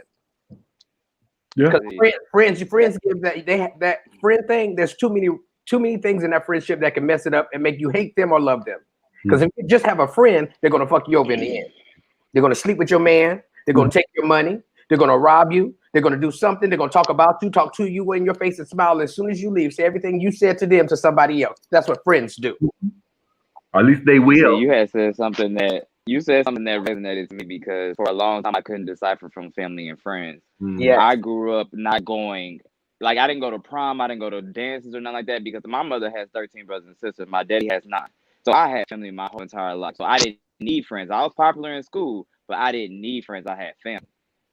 All my aunties and uncles have 2 or more children, and they children have children. I have aunties that are younger than some of my cousins. So I had a huge family, and I didn't know how to decipher what's a friend and what's a family member, because I treated everybody like family. Oh no, you can't do that. For a long time. For a long time in this community, and it fucked me over a lot. And it hurt. I got hurt a lot because of it, because I didn't know how to decipher who's an associate, who's really a friend, because I only knew one way. And that make you shelter your feelings. Now you shelter your feelings towards a lot of things, and other people have to deal with that damage because of how you set that up. But go ahead. What you saying, Cesare? What you saying? I think what both Slick and what Andre is saying is very important, because I myself come from a very huge family. My grandmother has 16 grandkids, 18 great grandkids, on her way to great grandkids, and before she died, most likely she's going to have great grandkids. And that's just my mom's side of the family. And to me, having this tight knit family, we always celebrate things together. It was hard for me to identify what's family and what's a friend, because my family was so tight knit together. On top of the fact that on what Andre was saying, when I first came out at 15 years old, I was finding friends for acceptance. I wasn't looking for friends who shared the same values as I was sharing. And that was a lot of my age 15, 16, 17, 18, all the way, you might as well say to about maybe, I really started finding myself like maybe around the age of 24, because I knew who I was as an individual, who I wasn't as a person. I knew what I wanted to do in life and what I wanted to be in life, and what path I didn't want to go down. So I think when Andre said that once you find out who you are as an individual, your values as a person, it's easier for you to become, to basically find a circle of friends who you can connect with. Because like I said earlier, I don't call too many people my friends. And I'm almost like how James is. If I call you a friend, 9 times out of 10, you're family, which means you're coming around my personal family if I'm a friend. For that. Right. Like, how me and Micah interact, even when I bring people around, me and Micah are around people, or even my significant other, when now that he knows them how close me and Micah is, he even thought me and Micah knew each other for years. A lot of people, even people that me and both Micah know, they think me and Micah knew each other for years. Me and Micah only knew each other for a year. That's it, just a year. But it's because connections. Legend. It's because of who we are, not only as individuals, but what we stand on in the values that we stand on as well. So that's kind of how I look at friends. Even those who I've grown over the years, who I've called a friend and have put them in a family member, I've found myself to kind of distance myself from them, but having disowned them because of the relationship that we have grown over the past 10, 15 years. But because our values are so different and we're going on a different path, it's kind of like how you have that uncle or cousin where you're like, I love you, but I'm going to love you over there. Mm-hmm. So that's how I kind of view my friendships now. Like, I tell people like, even when I speak to people, like, oh, you're in ballroom, so you must do this, so you must do that, so you must do this, you must do that. Why aren't you hanging out with these people? Why aren't you hanging out with these people? I hope I don't offend nobody. Like with me, I'm cordial with a lot of people who escort. I'm friends with people who escort, but I don't gravitate to those who escort because I don't understand what it is that they have went with. So I can't act like I can't pretend. That's because you understand yourself as a person. That's why. Right. I understand them as a person, but I don't understand so I can't sit up and have a conversation about escorting work because I've never been an escort. I've never been down that road. So for me to act like or pretend like I can connect with somebody who escorted or somebody who's transitioning, I can't do that. Now I can respect you as an individual. I can grow to love you, but I could never act like I understand it. Right. Yeah. And trust me, I have a lot of friends that we call it that go on tour. That's what we call it when they go on tour. A lot of friends that go on tour. And when they go on tour, that's just it. I like the story and I love the conversation, but my thing is I'm going to support you. If you are my friend, my family, and that's what you do, I'm going to support you because that's what you want to do. Right. That's it. Other than that, I don't know your girlfriends. I don't know your girlfriends. I don't hang out with that crowd. I know you. Right. That's what I'm trying to say. Because I don't want people to take it wrong. Like, for instance, if me and Andre are been knowing each other for years, and he escorts, I'm ready. Andre like.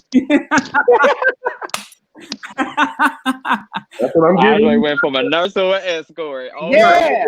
That's what the Corbett blend is giving you. We're going to call him a nurse board, baby. A nurse board. Andre we have that connection, but I don't want everybody around Andre to think, because me and Andre have this connection, that all of a sudden I'm friends with everybody else that he has went on tour with.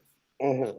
So that's where and I hate that in our community though. Like, just because you hang with a certain people, not everybody is the same. Yeah. You do have birds of a feather that flock together, but you can tell which birds flock together that do the same thing. Right. And you know, I ain't never been that girl though. I ain't never been that girl to really have a problem and not really hang with somebody like or something like that. Who that raising their hand? Toya. Yeah. You know, I haven't been. It doesn't really bother me, but I'm secure in who I am and what I am. Yeah. You know, I read a bitch. Don't bother me. You know what I'm saying? I don't have no problems.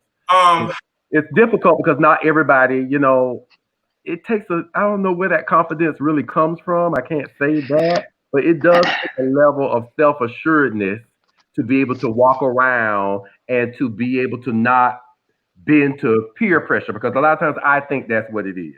Oh, honey, you know, hang with her. She do so and so and such and such. Girl, that ain't got nothing to do with me. She work with me. I give her a ride. She drive the bus. Girl, we ride. Give her a ride. Boom. She fine with me. That's it. You know, a lot of people don't understand. Yeah, people like that are just jealous. They're jealous, or they have something against that person, or they wanted that person, they couldn't get it.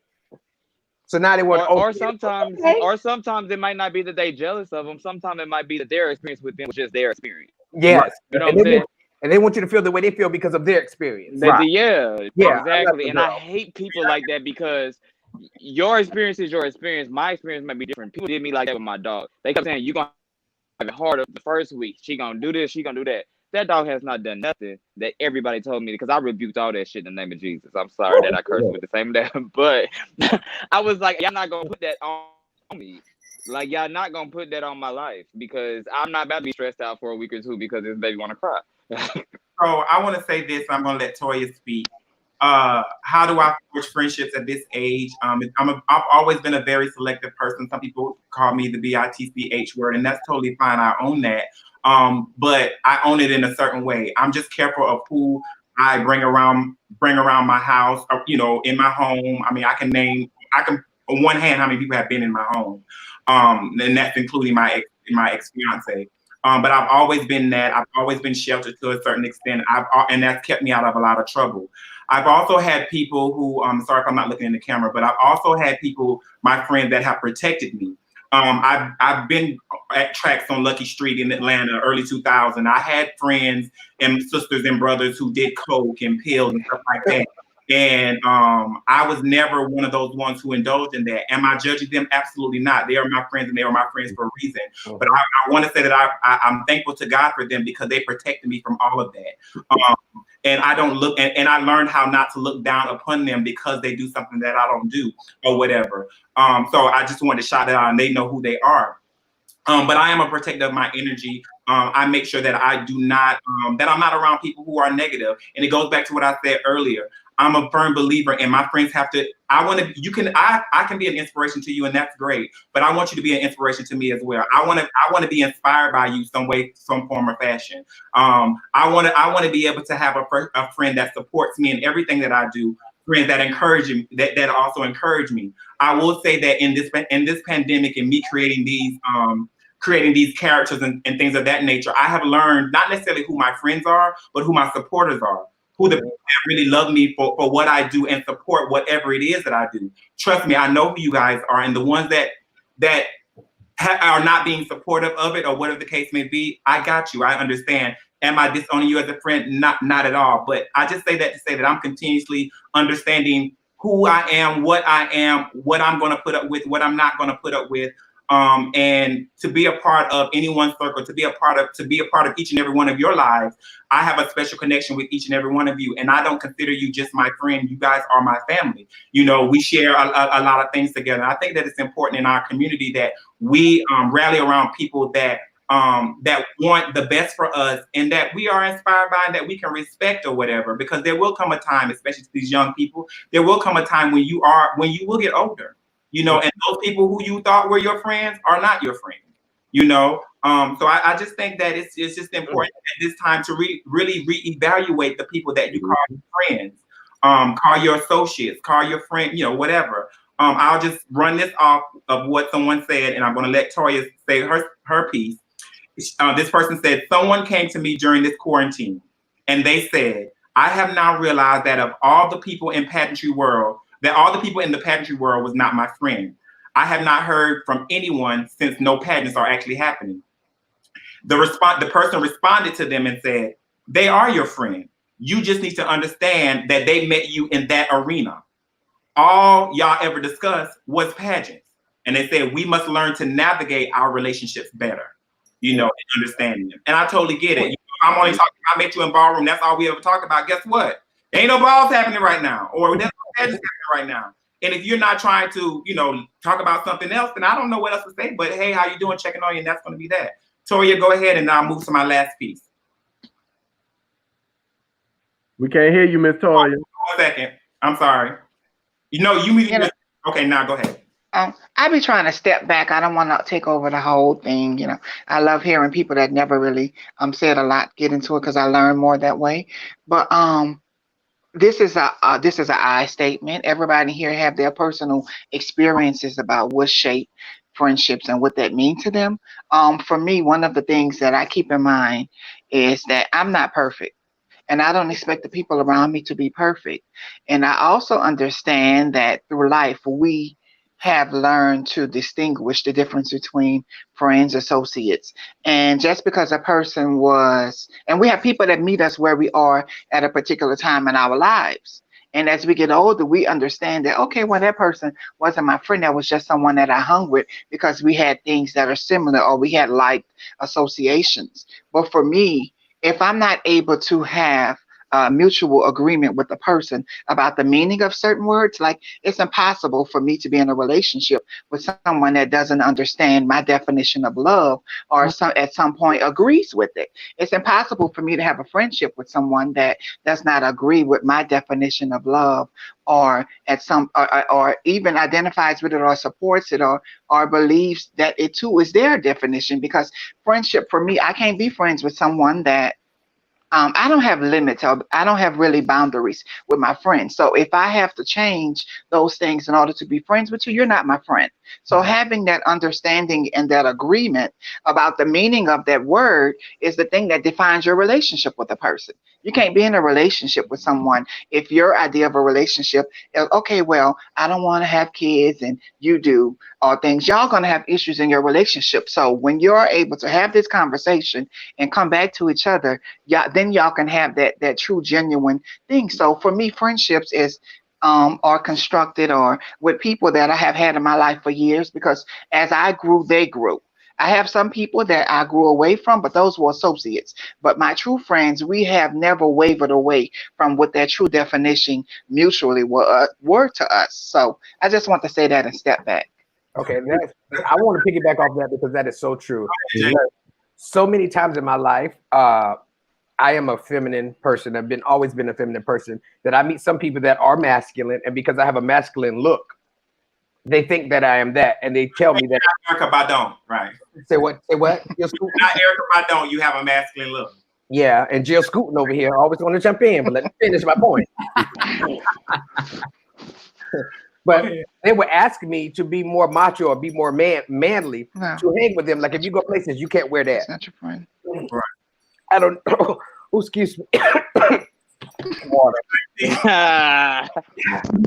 They don't want me to wear, because back in the day when I was a young girl with pigtails and lollipops and stuff. Come on, pigtails. I was very much a club vintage, honey. Yeah, skirts and heels. Justin Falani was my first house mother back in the day in Atlanta, Georgia. When we used to go to tracks and stuff and be on that second floor where the ballroom girls was. Me and London now, my good sister, she was London back then too. Yeah. London back then too, she just didn't know her name. Right. But we'd be up in the club in little fishnet stockings with the panties on, heels, vest, purse, chains, everything. Because that's what it was back then. And that's the person I am. But the type of guys that I liked back then were very of the masculine feel. And they told me if you were more masculine, you would get more stuff. And I had to realize people who try to change me to be something they're like was not my friend or went for me. And same thing goes to your friendships. If I have to change who James is to hang out with you, then you're not for James. Mm-hmm. And being that I'm in the position that I am now and who I work for and what I do, I have to be very cognizant of who I let in who I let around me and why they are in my circle. Because they see who I work for and where I go and what I do. Like, oh, girl, hey, Miss Thing, I love. No, girl, you don't know me. And what you said, but you don't know me. I that a lot, especially living in the cities like Los Angeles, where you. Oh my God. Atlanta, where the most of you are. Yeah, I mean, you encounter that a lot, so I get it. A lot. See, they just come up to me. They don't say, "How you doing?" Nothing. They just like, "What you do? Oh, you do that? Can I get in? Can I get this? Can I get it?" Yeah, that's the when I before I was in a relationship, what I was on those apps, and the thing that people would ask me would be like, what, not even my name, like what, top or bottom. No, not even that. What do you do? Like here, like in Atlanta, it's not what you do. Well, when I was living in Atlanta, it wasn't that. Up here, it's what do you do? What do you do for a living? And I blocked so many people from asking me that because it's like, you don't even know my name. Why do you want to know what I do for a living? That's your lead in. What you do for a living? Right. I'm the general manager of the dollar store. Construction worker. Oh, well, I need some Lysol. We give them to the nursing home and the hospital. But that's the truth, though. But a lot of our friendships are shaped by our individual needs. So let's be honest. Yeah. Yeah. So what you can do for me and attaching onto me because you feel like this is going to happen for you, whatever. It's a lot of leeches. So I have to say this really quickly. I want to give a word to our sponsors. Pay them bills, girl. Pay them bills. So let me go ahead and say this really quickly, and we'll move to the last part. You can visit www.craigthewriterstewart.com. Words Never Spoken, a memoir by Craig Stewart. He has some phenomenal books. Another memoir, which is a continuation, One Thing for Certain, Two Things for Sure. Please check him out. So much to say, a book of quotes. No, I didn't get my quotes from him. Some of the most in my mind, but check him out. Craig Stewart, So Much to Say, a book of quotes. And his last one, which is about personal development. Hold on, I think I still hear you. For personal development, Book of Jewels. Again, that's Craig the Writer Stewart. You can visit the website, www.craigthewriterstewart.com. And thank you for loving me so much, Craig. And I'll continue to support you in each and everything that you do. And he has a great podcast and all of that. So I want to bring us back on because someone said, I don't remember which person it was, but talked about relationships. Maybe it was Ebony. And so Ebony, the question is asked of all of you, regardless if you're single and dating, married or about to be married or whatever, or taken in relationship. What for you is important in finding the mate that's perfect for you? What are your must-haves? So again, what for you is important in finding that mate that's perfect for you? And what are the must-haves? What are the things that they have to have in order to meet you at that point of relationship? You want them to go first or me to go first? So I can wait. First. Okay, ladies first. Okay, well, for me, I love to feel safe. So muscles usually symbolize strength. So I like a guy that's in shape, but I'm more of a person that I'm a visionary. So it's important that the person that I'm connected to is able to hold me, make me feel comfortable, make me feel at ease, make it easier for me to share. Because at certain times in a visionary, they don't sleep because while the world is sleeping, they're up thinking about ideas or innovative things they can do to change the world in their lives. So it's important that you have somebody that's able to hold you in that particular moment, not in the physical way, but just a comforting way to be able to touch you and let you know that it's okay and they're going to be there. But one of the most important things is someone that loves you enough, but feeds your vision, give you room to grow. Yeah. I think because it's important that you grow and not just give you room to grow, y'all grow together. One of the most damaging things to a relationship is if I'm getting where I need to go or where I want to be, and I have to reach down and support my spouse or be able to get them to a place where if we would have got there together, it would have been more harmonious. So that protective piece, that mental piece, that protective mentally piece, that protective physical piece, and that ability to just share and have and grow with, and the person to give you room to grow. Because as we everything around us changes, as we changes, our views. What I'm eating today, I may not have a desire for it tomorrow, and I need someone that's able to make a two-step that adapt to that change, as I will for them.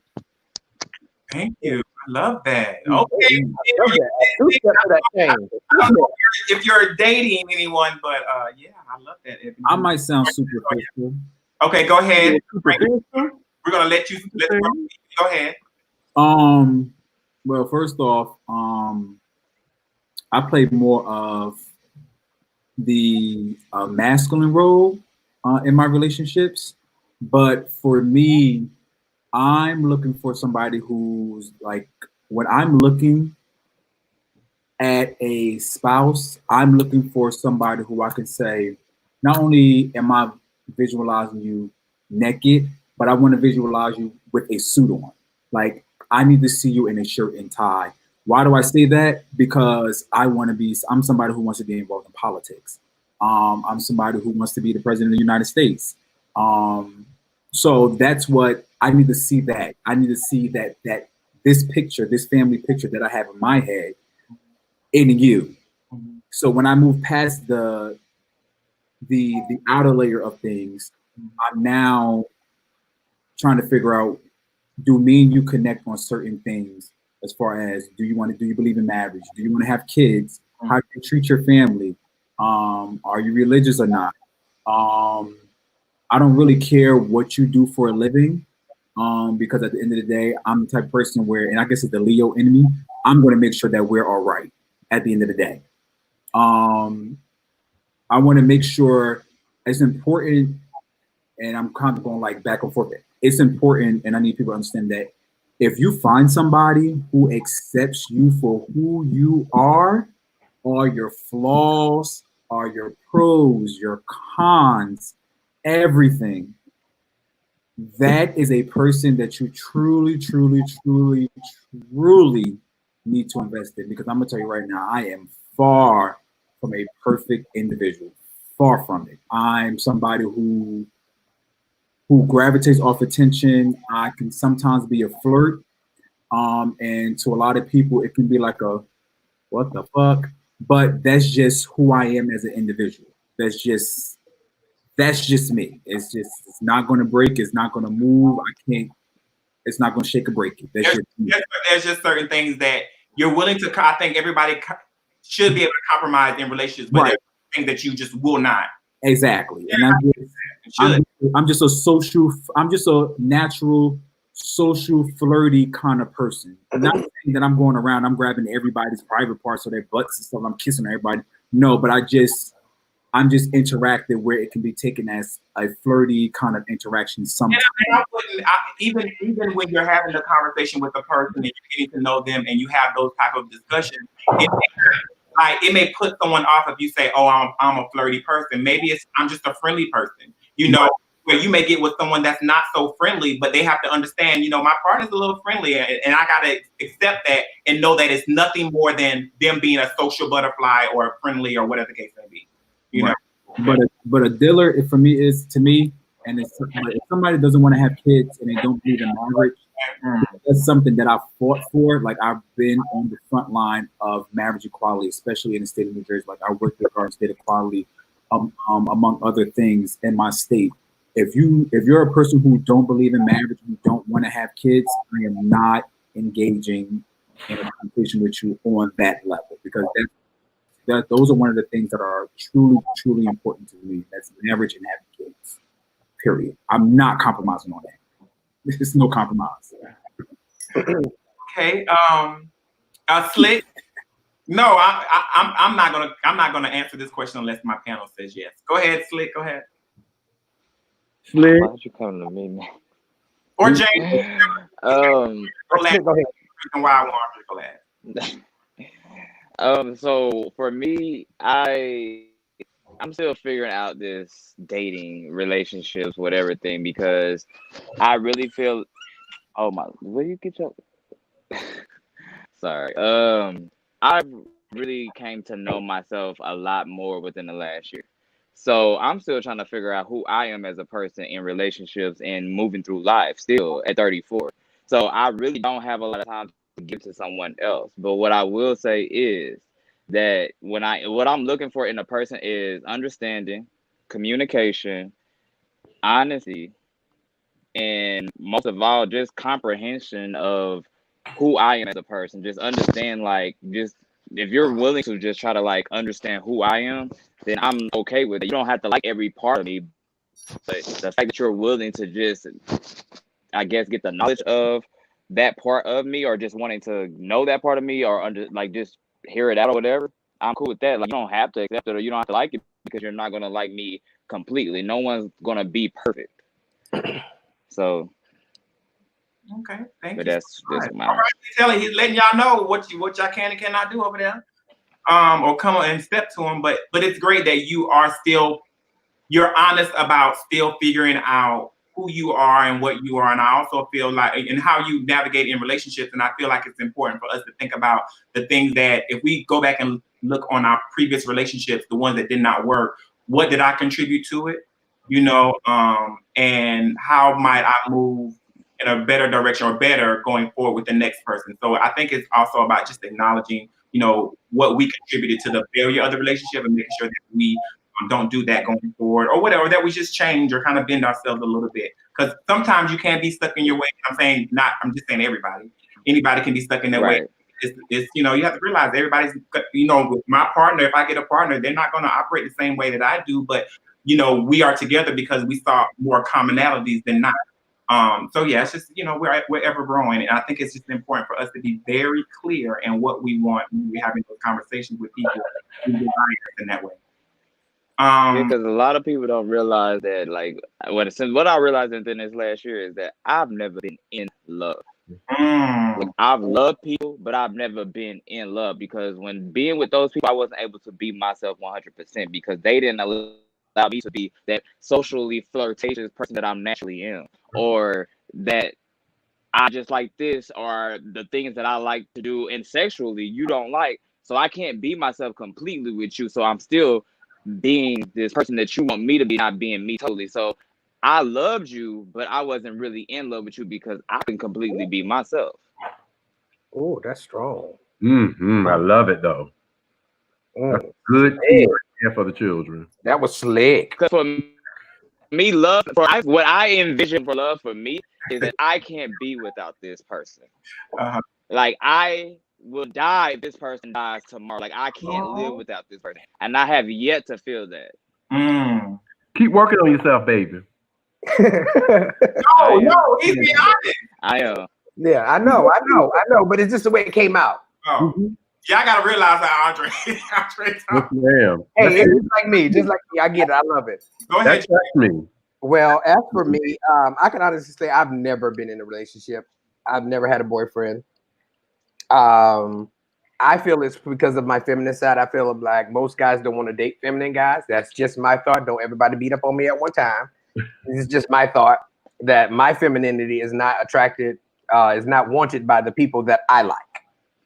And the type of man that I like doesn't like my femininity. So now, as me being in the stage that I am and where I am now, I'm allowing myself to open up and try to find that person that's going to love me for me and not love me for what I can do or who I can be to make them feel comfortable. Because I would have tried to change me for somebody else that I wanted and allow myself to be something they wanted all day, every day, and not be me, like you said. Now that I love me, I love me totally. At one point, I gave up on loving me because I felt loving me was wrong because it didn't get me love. And now that I'm back at the point where I love me, I don't mind being by myself now.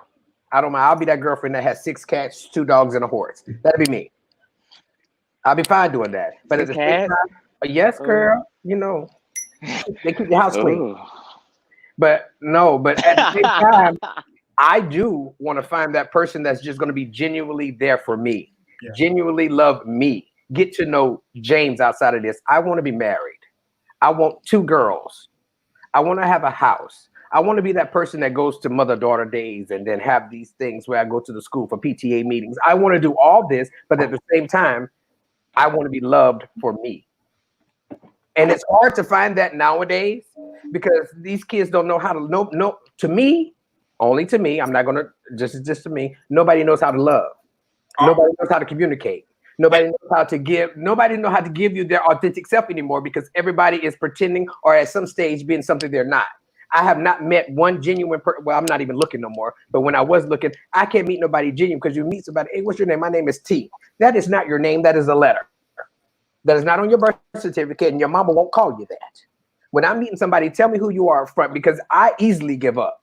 So I easily give up. I want to. This is what I'm thinking. Like, not pertaining to you, but to pertain to anyone that's in your situation, you know, and that wants that and all of that. And I can't find. I'm a true believer in not really searching for love. I feel like it always finds me somehow, some way, and I'm cool with that. But I also think, and me and James have had conversations before of, and this is to Toya, this is to Andre, this is to Cesare, this is to Slick, whatever, you know, like, are we looking for love in the wrong places? Or the question would be, where do we find, not necessarily love, but where do we find companionship? How might we go to do that without going through the apps, like a Jack'd and Grindr and, you know, all that kind of stuff? You know, like, so how do you meet these people? Because I felt like for a long time, maybe you're just not getting you're not putting yourself out there. You know, you go to WeHo, go do this, go to a lounge, go to a bar and just have conversation because James is the one that he'll come up to a stranger and act like, and you see them talking, you think they've known each other for years. So, and I'm not a social butterfly, so I know me, I hate rejection. So somebody can like me, I'll never know because and that's and another thing, that's my problem. Because when I approach somebody that I like or see in that way, I'm going to approach you as a friend. I want to be your friend first so I can know you. I want to get to know you before I say, hey, I like you. I can't say I like you if I don't know you.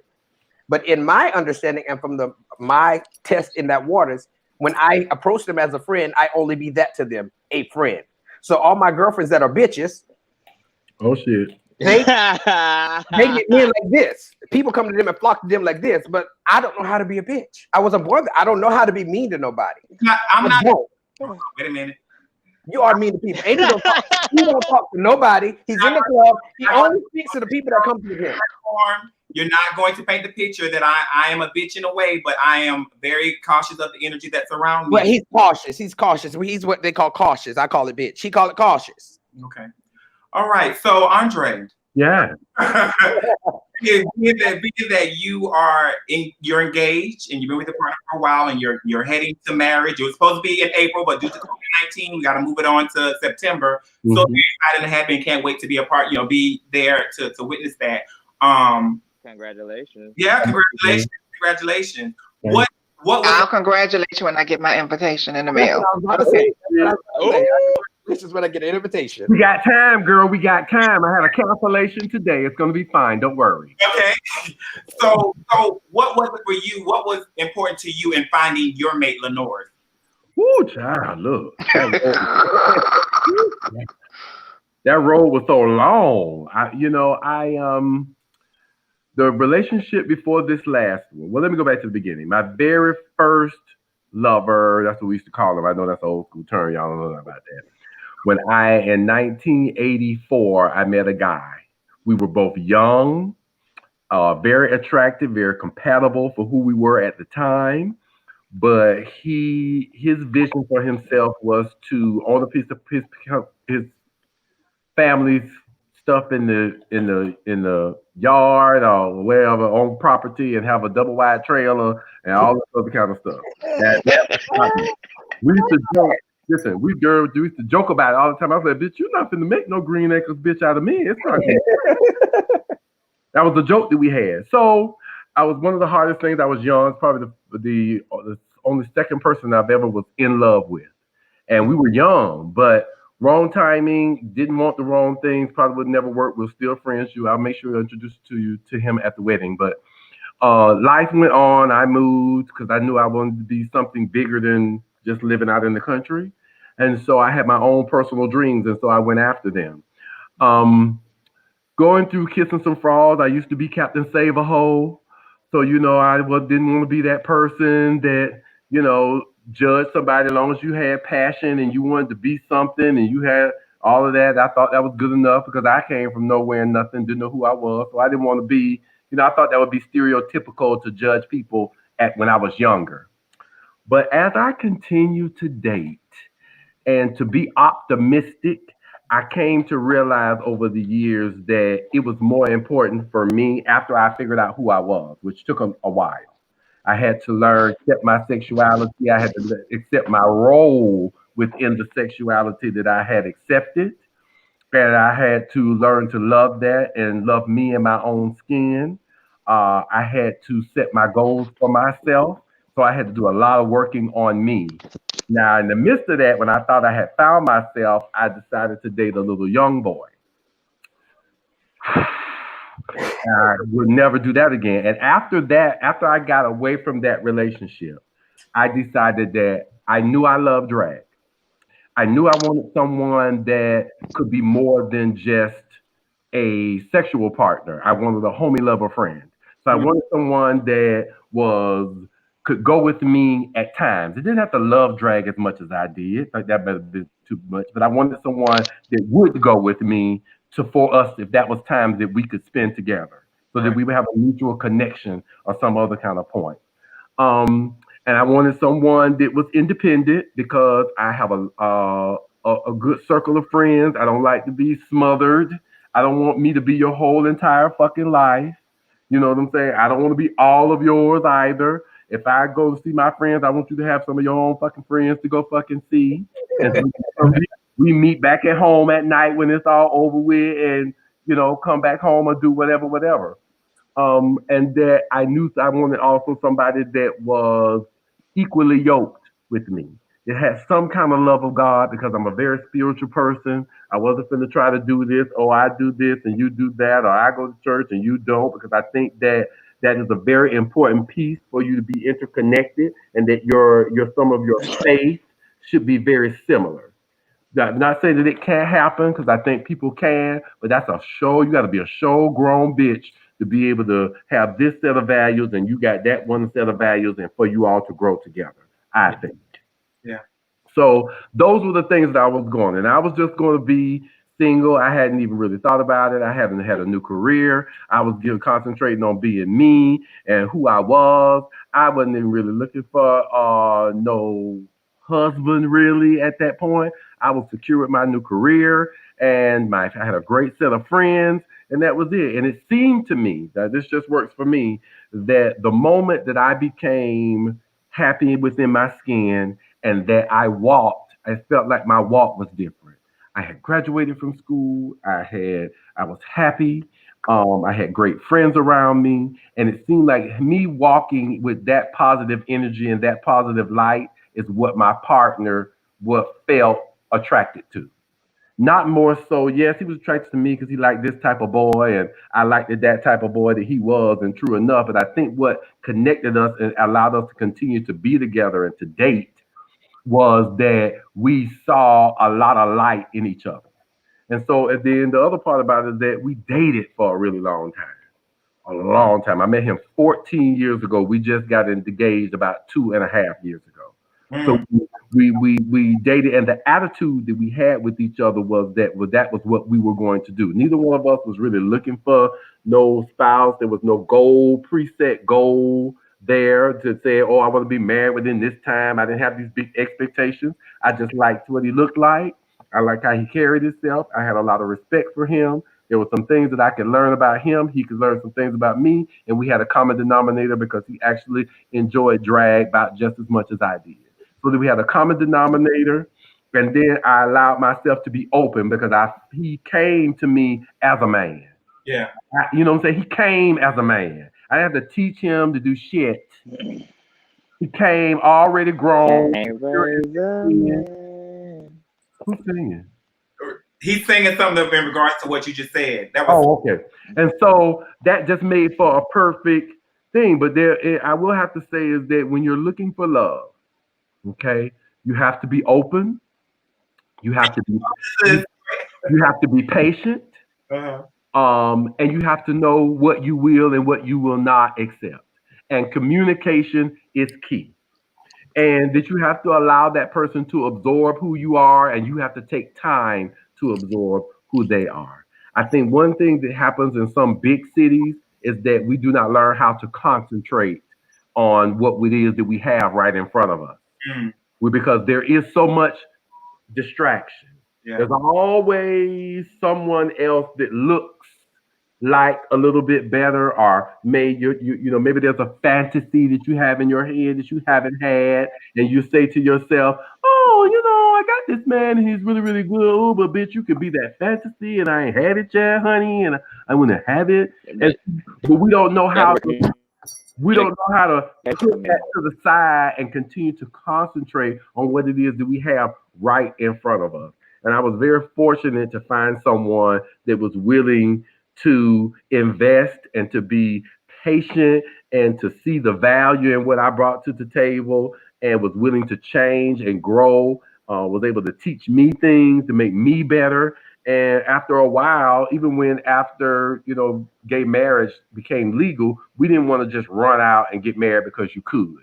We wanted to make sure that we were both ready, and that we were doing it for the right reasons, and that we had reached to the point that we wanted to be together, monogamous, because that was on my plate. I'm not a very big, you know, I can't do, I'm a Scorpio. So I'm very territorial. So what's mine is mine. I ain't really a sharer like that. So, and that doesn't really work for me, to be with someone and you do what you do and I do what you do, but we do what we do is kind of different because the emotions is involved. That don't really work for me because I don't look at you the same. So, we both kind of thought the same about that. And so over time, you just look at it and you say, shit, I guess I do want to be with your ass forever. And then the financial implications, because we bought a house together.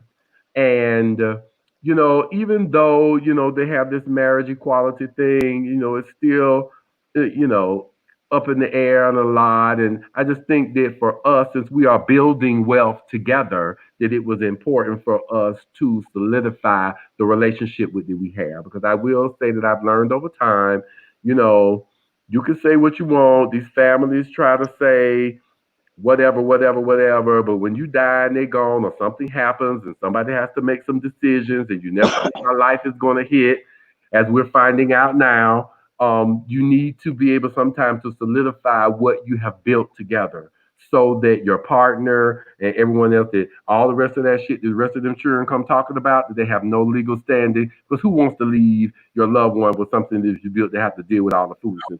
And they can act one way when they don't have control, but when you're gone and you don't have any say so, you don't know how they're going to act. And that's the thing. Someone, this, I remember I was living in Atlanta. It was probably 2004, and I was so against marriage, two men marrying, and that was only because of how I grew up. And even though I was gay and I was just, more so attracted to men, I was still having this thought of, getting married, having kids with someone that I probably wasn't necessarily attracted to. But this particular guy, I don't know who he was. We only had like one or two conversations, but he really broke it down in regards to marriage and why it's important. Because you can do, what's the thing called? I'm drawing a blank. Lasting will and testament and all of that. You can leave that, but like when you get married, it's just a whole, a lot of that marriage from all that red tape has got that at the door. It trumps it. You know what I'm saying? And so for me, I know like Amanda Seals, and we won't go into it, but she said, that she wouldn't want to get married because she doesn't want to get the government involved into her marriage. And I get it. But for me, I now think of it differently. Like, I love my mother. I love my father. I love my brothers and all of that. And my brother, but if I built something with someone, and we've gotten cars and land and houses and kids and all of that, I don't want any one of them coming in and dictating how my life, how my, who's going to get what and what, and trying to have a piece of it. No, like what's mine is mine, what's ours is ours, and that does not include my people. I'm so sorry. I want to wrap this up, but I say thank you guys so very much for being as open and honest and real. Tori had to go in and out. Oh no, Tori is right there. Let me bring her back up. Hold on. Yeah, Tori, honey, I forgot to add her back, but yeah, you had put me out. I ain't going in and out. You kept removing. Hell, girl. Her face is so far down, I don't even see it, so I didn't put you out. I want to thank you guys for being real and honest and having candid conversations. I will, I'll join the bandwagon. I won't, go long and stuff, but I will say that experience is a great teacher. I've learned a lot in regards to relationships, and I made this whole video about, my ex-fiance and how I thought this was going to be it and it didn't, but I never pointed the finger on what he did or what he contributed. I had to look at myself and what I contributed to the demise of that particular relationship. And so I just feel that, or what I've learned is that going into the next relationship, I really have to have that honest conversation and really have a clear expectation to them of what I want, and really getting them to tell me what they want, and then being clear and honest in that. Do not tell me something just so I can say okay, or the same thing. I don't want to hurt. I think that happens a lot when we're dating. Oh, I don't want to hurt his feelings. I really like, he's really fine, or she's really fine, and ooh, he's really sick, and the kid's gonna go up. Whatever. I'm really attracted to him. He got a big, got the big this, or she has a nice shape, or whatever the case may be. But we gotta realize that we're gonna have to live with this person at one point in time. We're gonna have to, really share our household and all this kind of stuff. So we really got to dig deep. You're not gonna uncover everything in those conversations prior to you becoming a couple, but I think it's just very important that we put clear expectations of what we expect. So for me, what I expect is someone that's just open and honest, an open-minded person, someone that communicates, someone that supports me, cheers me on, has your own stuff going on, your own friends. I support that. And the same, I don't want you all involved in what I do. I'm sorry, I just don't. I like there to be some type of line of separation, but please support whenever you can, and support from the sidelines, but don't be all in my mix. So yeah, I probably would never be involved with someone from pageantry. Probably would never be involved, with someone from pageantry. I'll say that, because that is consuming my life, and I like there to be some separation. I don't want to come home and we're talking about pageants today, and that's just me being honest, but those are the things, and that has nothing to do with my ex-fiance. Let me put that out, because that's not what we talked about. We rarely talked about pageants unless I was doing something, but it's just a clear line that I've decided for myself. But I definitely want someone that wants to get married, have kids if it's possible for us to do so, build a home, personal development, entrepreneurship, create a business together. Those are the type of things that I want. And so, yeah, and I won't go any further than that. Any final words? I want to get final words from each person, to either your audience, your followers, people who are supporting you, what advice about this pandemic, whatever it may be. I'm going to give you a minute to a minute and a half to get out whatever you would like to the people that are listening, or will end up watching this as well. So we're going to start with Toya. If you can, go ahead and say whatever you want to say in this last minute and a half, and I'm timing y'all. Go ahead. I don't know. I want to say that it's very important that we as people of color, I'm speaking to my people of color, primarily my LGBTQ community members and my trans sisters, that it's very important that we use this opportunity to vote. And one of the reasons why we are so mostly and predominantly affected by COVID-19 is because the lack of health care, the lack of insurance coverages that we are allowed for people of color in marginalized communities. So it's very important that we vote to make sure that we have representatives in place that's able to change that law, where we're able to have the expanded Medicaid and the expanded Medicaid and Medicare in the South, and make sure that we are navigating with those laws that are safe, that are put in place to protect us. Like, we don't have any hate crime protection laws that makes our navigation safe. So it's very important that we use this opportunity to combat those issues so that we don't have to relive any of those issues from our past. That's all. Thank you so much for that, Ebony. Toya, Ebony, Toya. It's okay. Right, even though I'm looking at you. Okay, so your final words.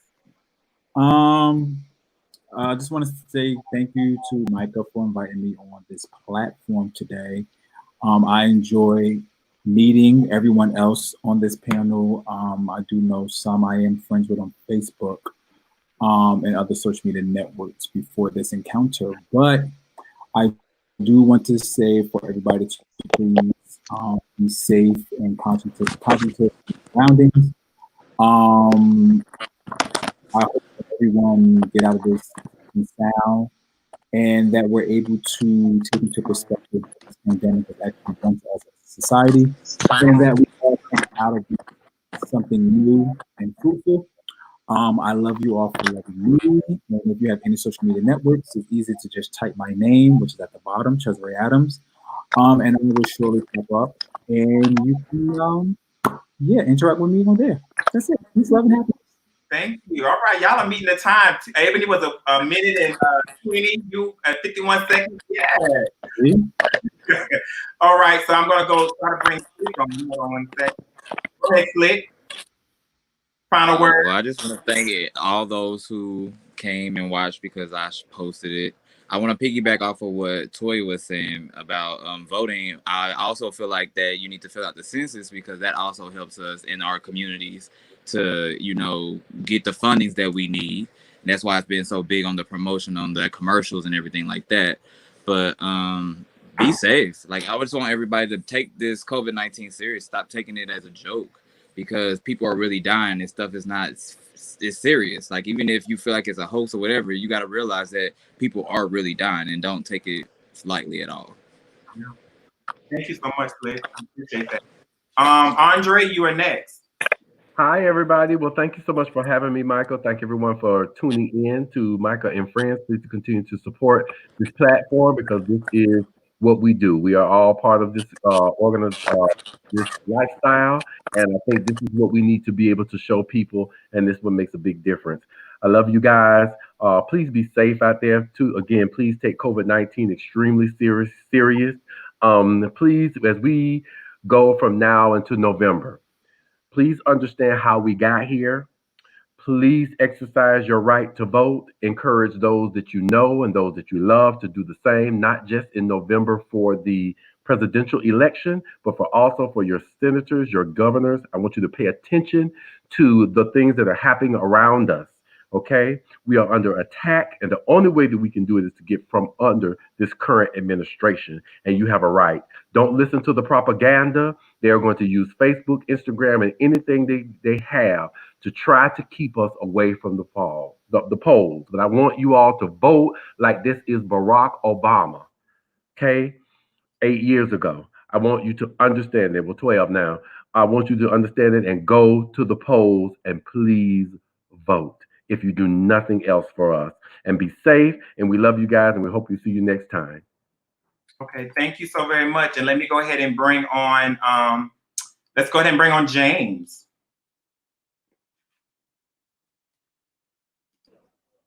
Go ahead. Again, like everyone said, thank you, Micah, for allowing us this platform to actually speak to one another and get the differences from everybody in the gay community. Well, some of the differences for certain people in the gay community. Again, I just want to reiterate what Andre said. Please be safe out there because this thing is really serious. It is taking the lives of a lot of people, and our people primarily are not taking it as serious as it really is, and they're ready to go outside and play and frolic around. If you know somebody who knows somebody who knows somebody who can talk to somebody, get on the phone line and chat and tell them just to stay inside and don't listen to this because you are a test.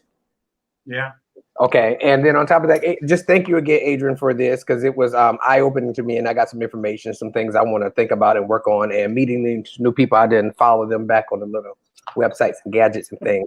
But thank you guys also. It was nice meeting everyone. And I look forward to doing this again soon and very soon. Great. So I guess now it's for me and my final words. Yeah, right. It's not going to be long. I thank each and every one of you for being a part of my life. I thank each and every one of you. I'm not just saying the people that are watching, but also, of course, the ones that have decided to take, 2.5 hours and really 3 with testing to this whole guinea pig thing out in relation to Facebook live StreamYard and all of that. So thank you guys so very much for doing that. I appreciate you. There's more conversation that will come. The other thing that I want to say in regards to COVID-19 is very serious. I have not been on Facebook and telling people what has been going on in our lives or in my life or my family's life, but I've lost like 4 members today. You know what I'm saying? So this is the 4th family member that we've lost, whether it be second cousins, third cousins, whatever. Like I've lost, 4 cousins, 2 of which were husband and wife, and they died within a month of each other. And so I just want to send my condolences to not just my family, but all of my friends who have lost parents, who have lost brothers, sisters, who one of my friends just lost their grandmother. We've lost a lot of people. And I just want people to be very serious, very cognizant of what is going on. Don't listen to the propaganda. Don't be so immersed in this news thing. I lend to my friends, or I lean on my friends for the news. I don't watch it because I don't want to become so depressed. I live, Cesare and I live in the epicenter of what is going on, you know, and for New Jersey, you know, while orders are lifted and, you know, this and the other, as of right now, we are still indefinitely closed off, you know. So please, guys, be very aware. I only go out one time a day, and one time a week, and that's on Saturdays. I went today, got some groceries, and went to the pharmacy or whatever. To Walgreens or whatever. But that's it, you know. And so just please be aware of your surroundings. Please wear your mask. Don't over contaminate or whatever. Or wear the gloves. Just there's so much information on how to protect yourselves when you go out. And as I always do on the radio platform, I always leave with a quote of the week or a quote of the day. And this is this week's quote, and we'll end it with my jingle playing, and we're going to be out of here. The quote of the week says, sometimes our lives becomes overbearing because we keep holding on to unhelpful thoughts and people that have already served their purpose. Once you are aware of any toxic behavior or hindrances, trust yourself enough to release them and create change. Don't just observe, take action. I'll say it one more time. Sometimes our lives become overbearing because we keep holding on to unhelpful thoughts and people that have already served their purpose. Once you are aware of any toxic behavior or hindrances, trust yourself to release them and create change. Don't just observe, take action. And until next time, I hope that each and every one of you at the sound of my voice, my face, and your ears, be blessed, be safe. I love you guys, and stay tuned for the next To Talk with Micah and Friends. Hold the line for me, guys, and gal, if she's still here. Hold on.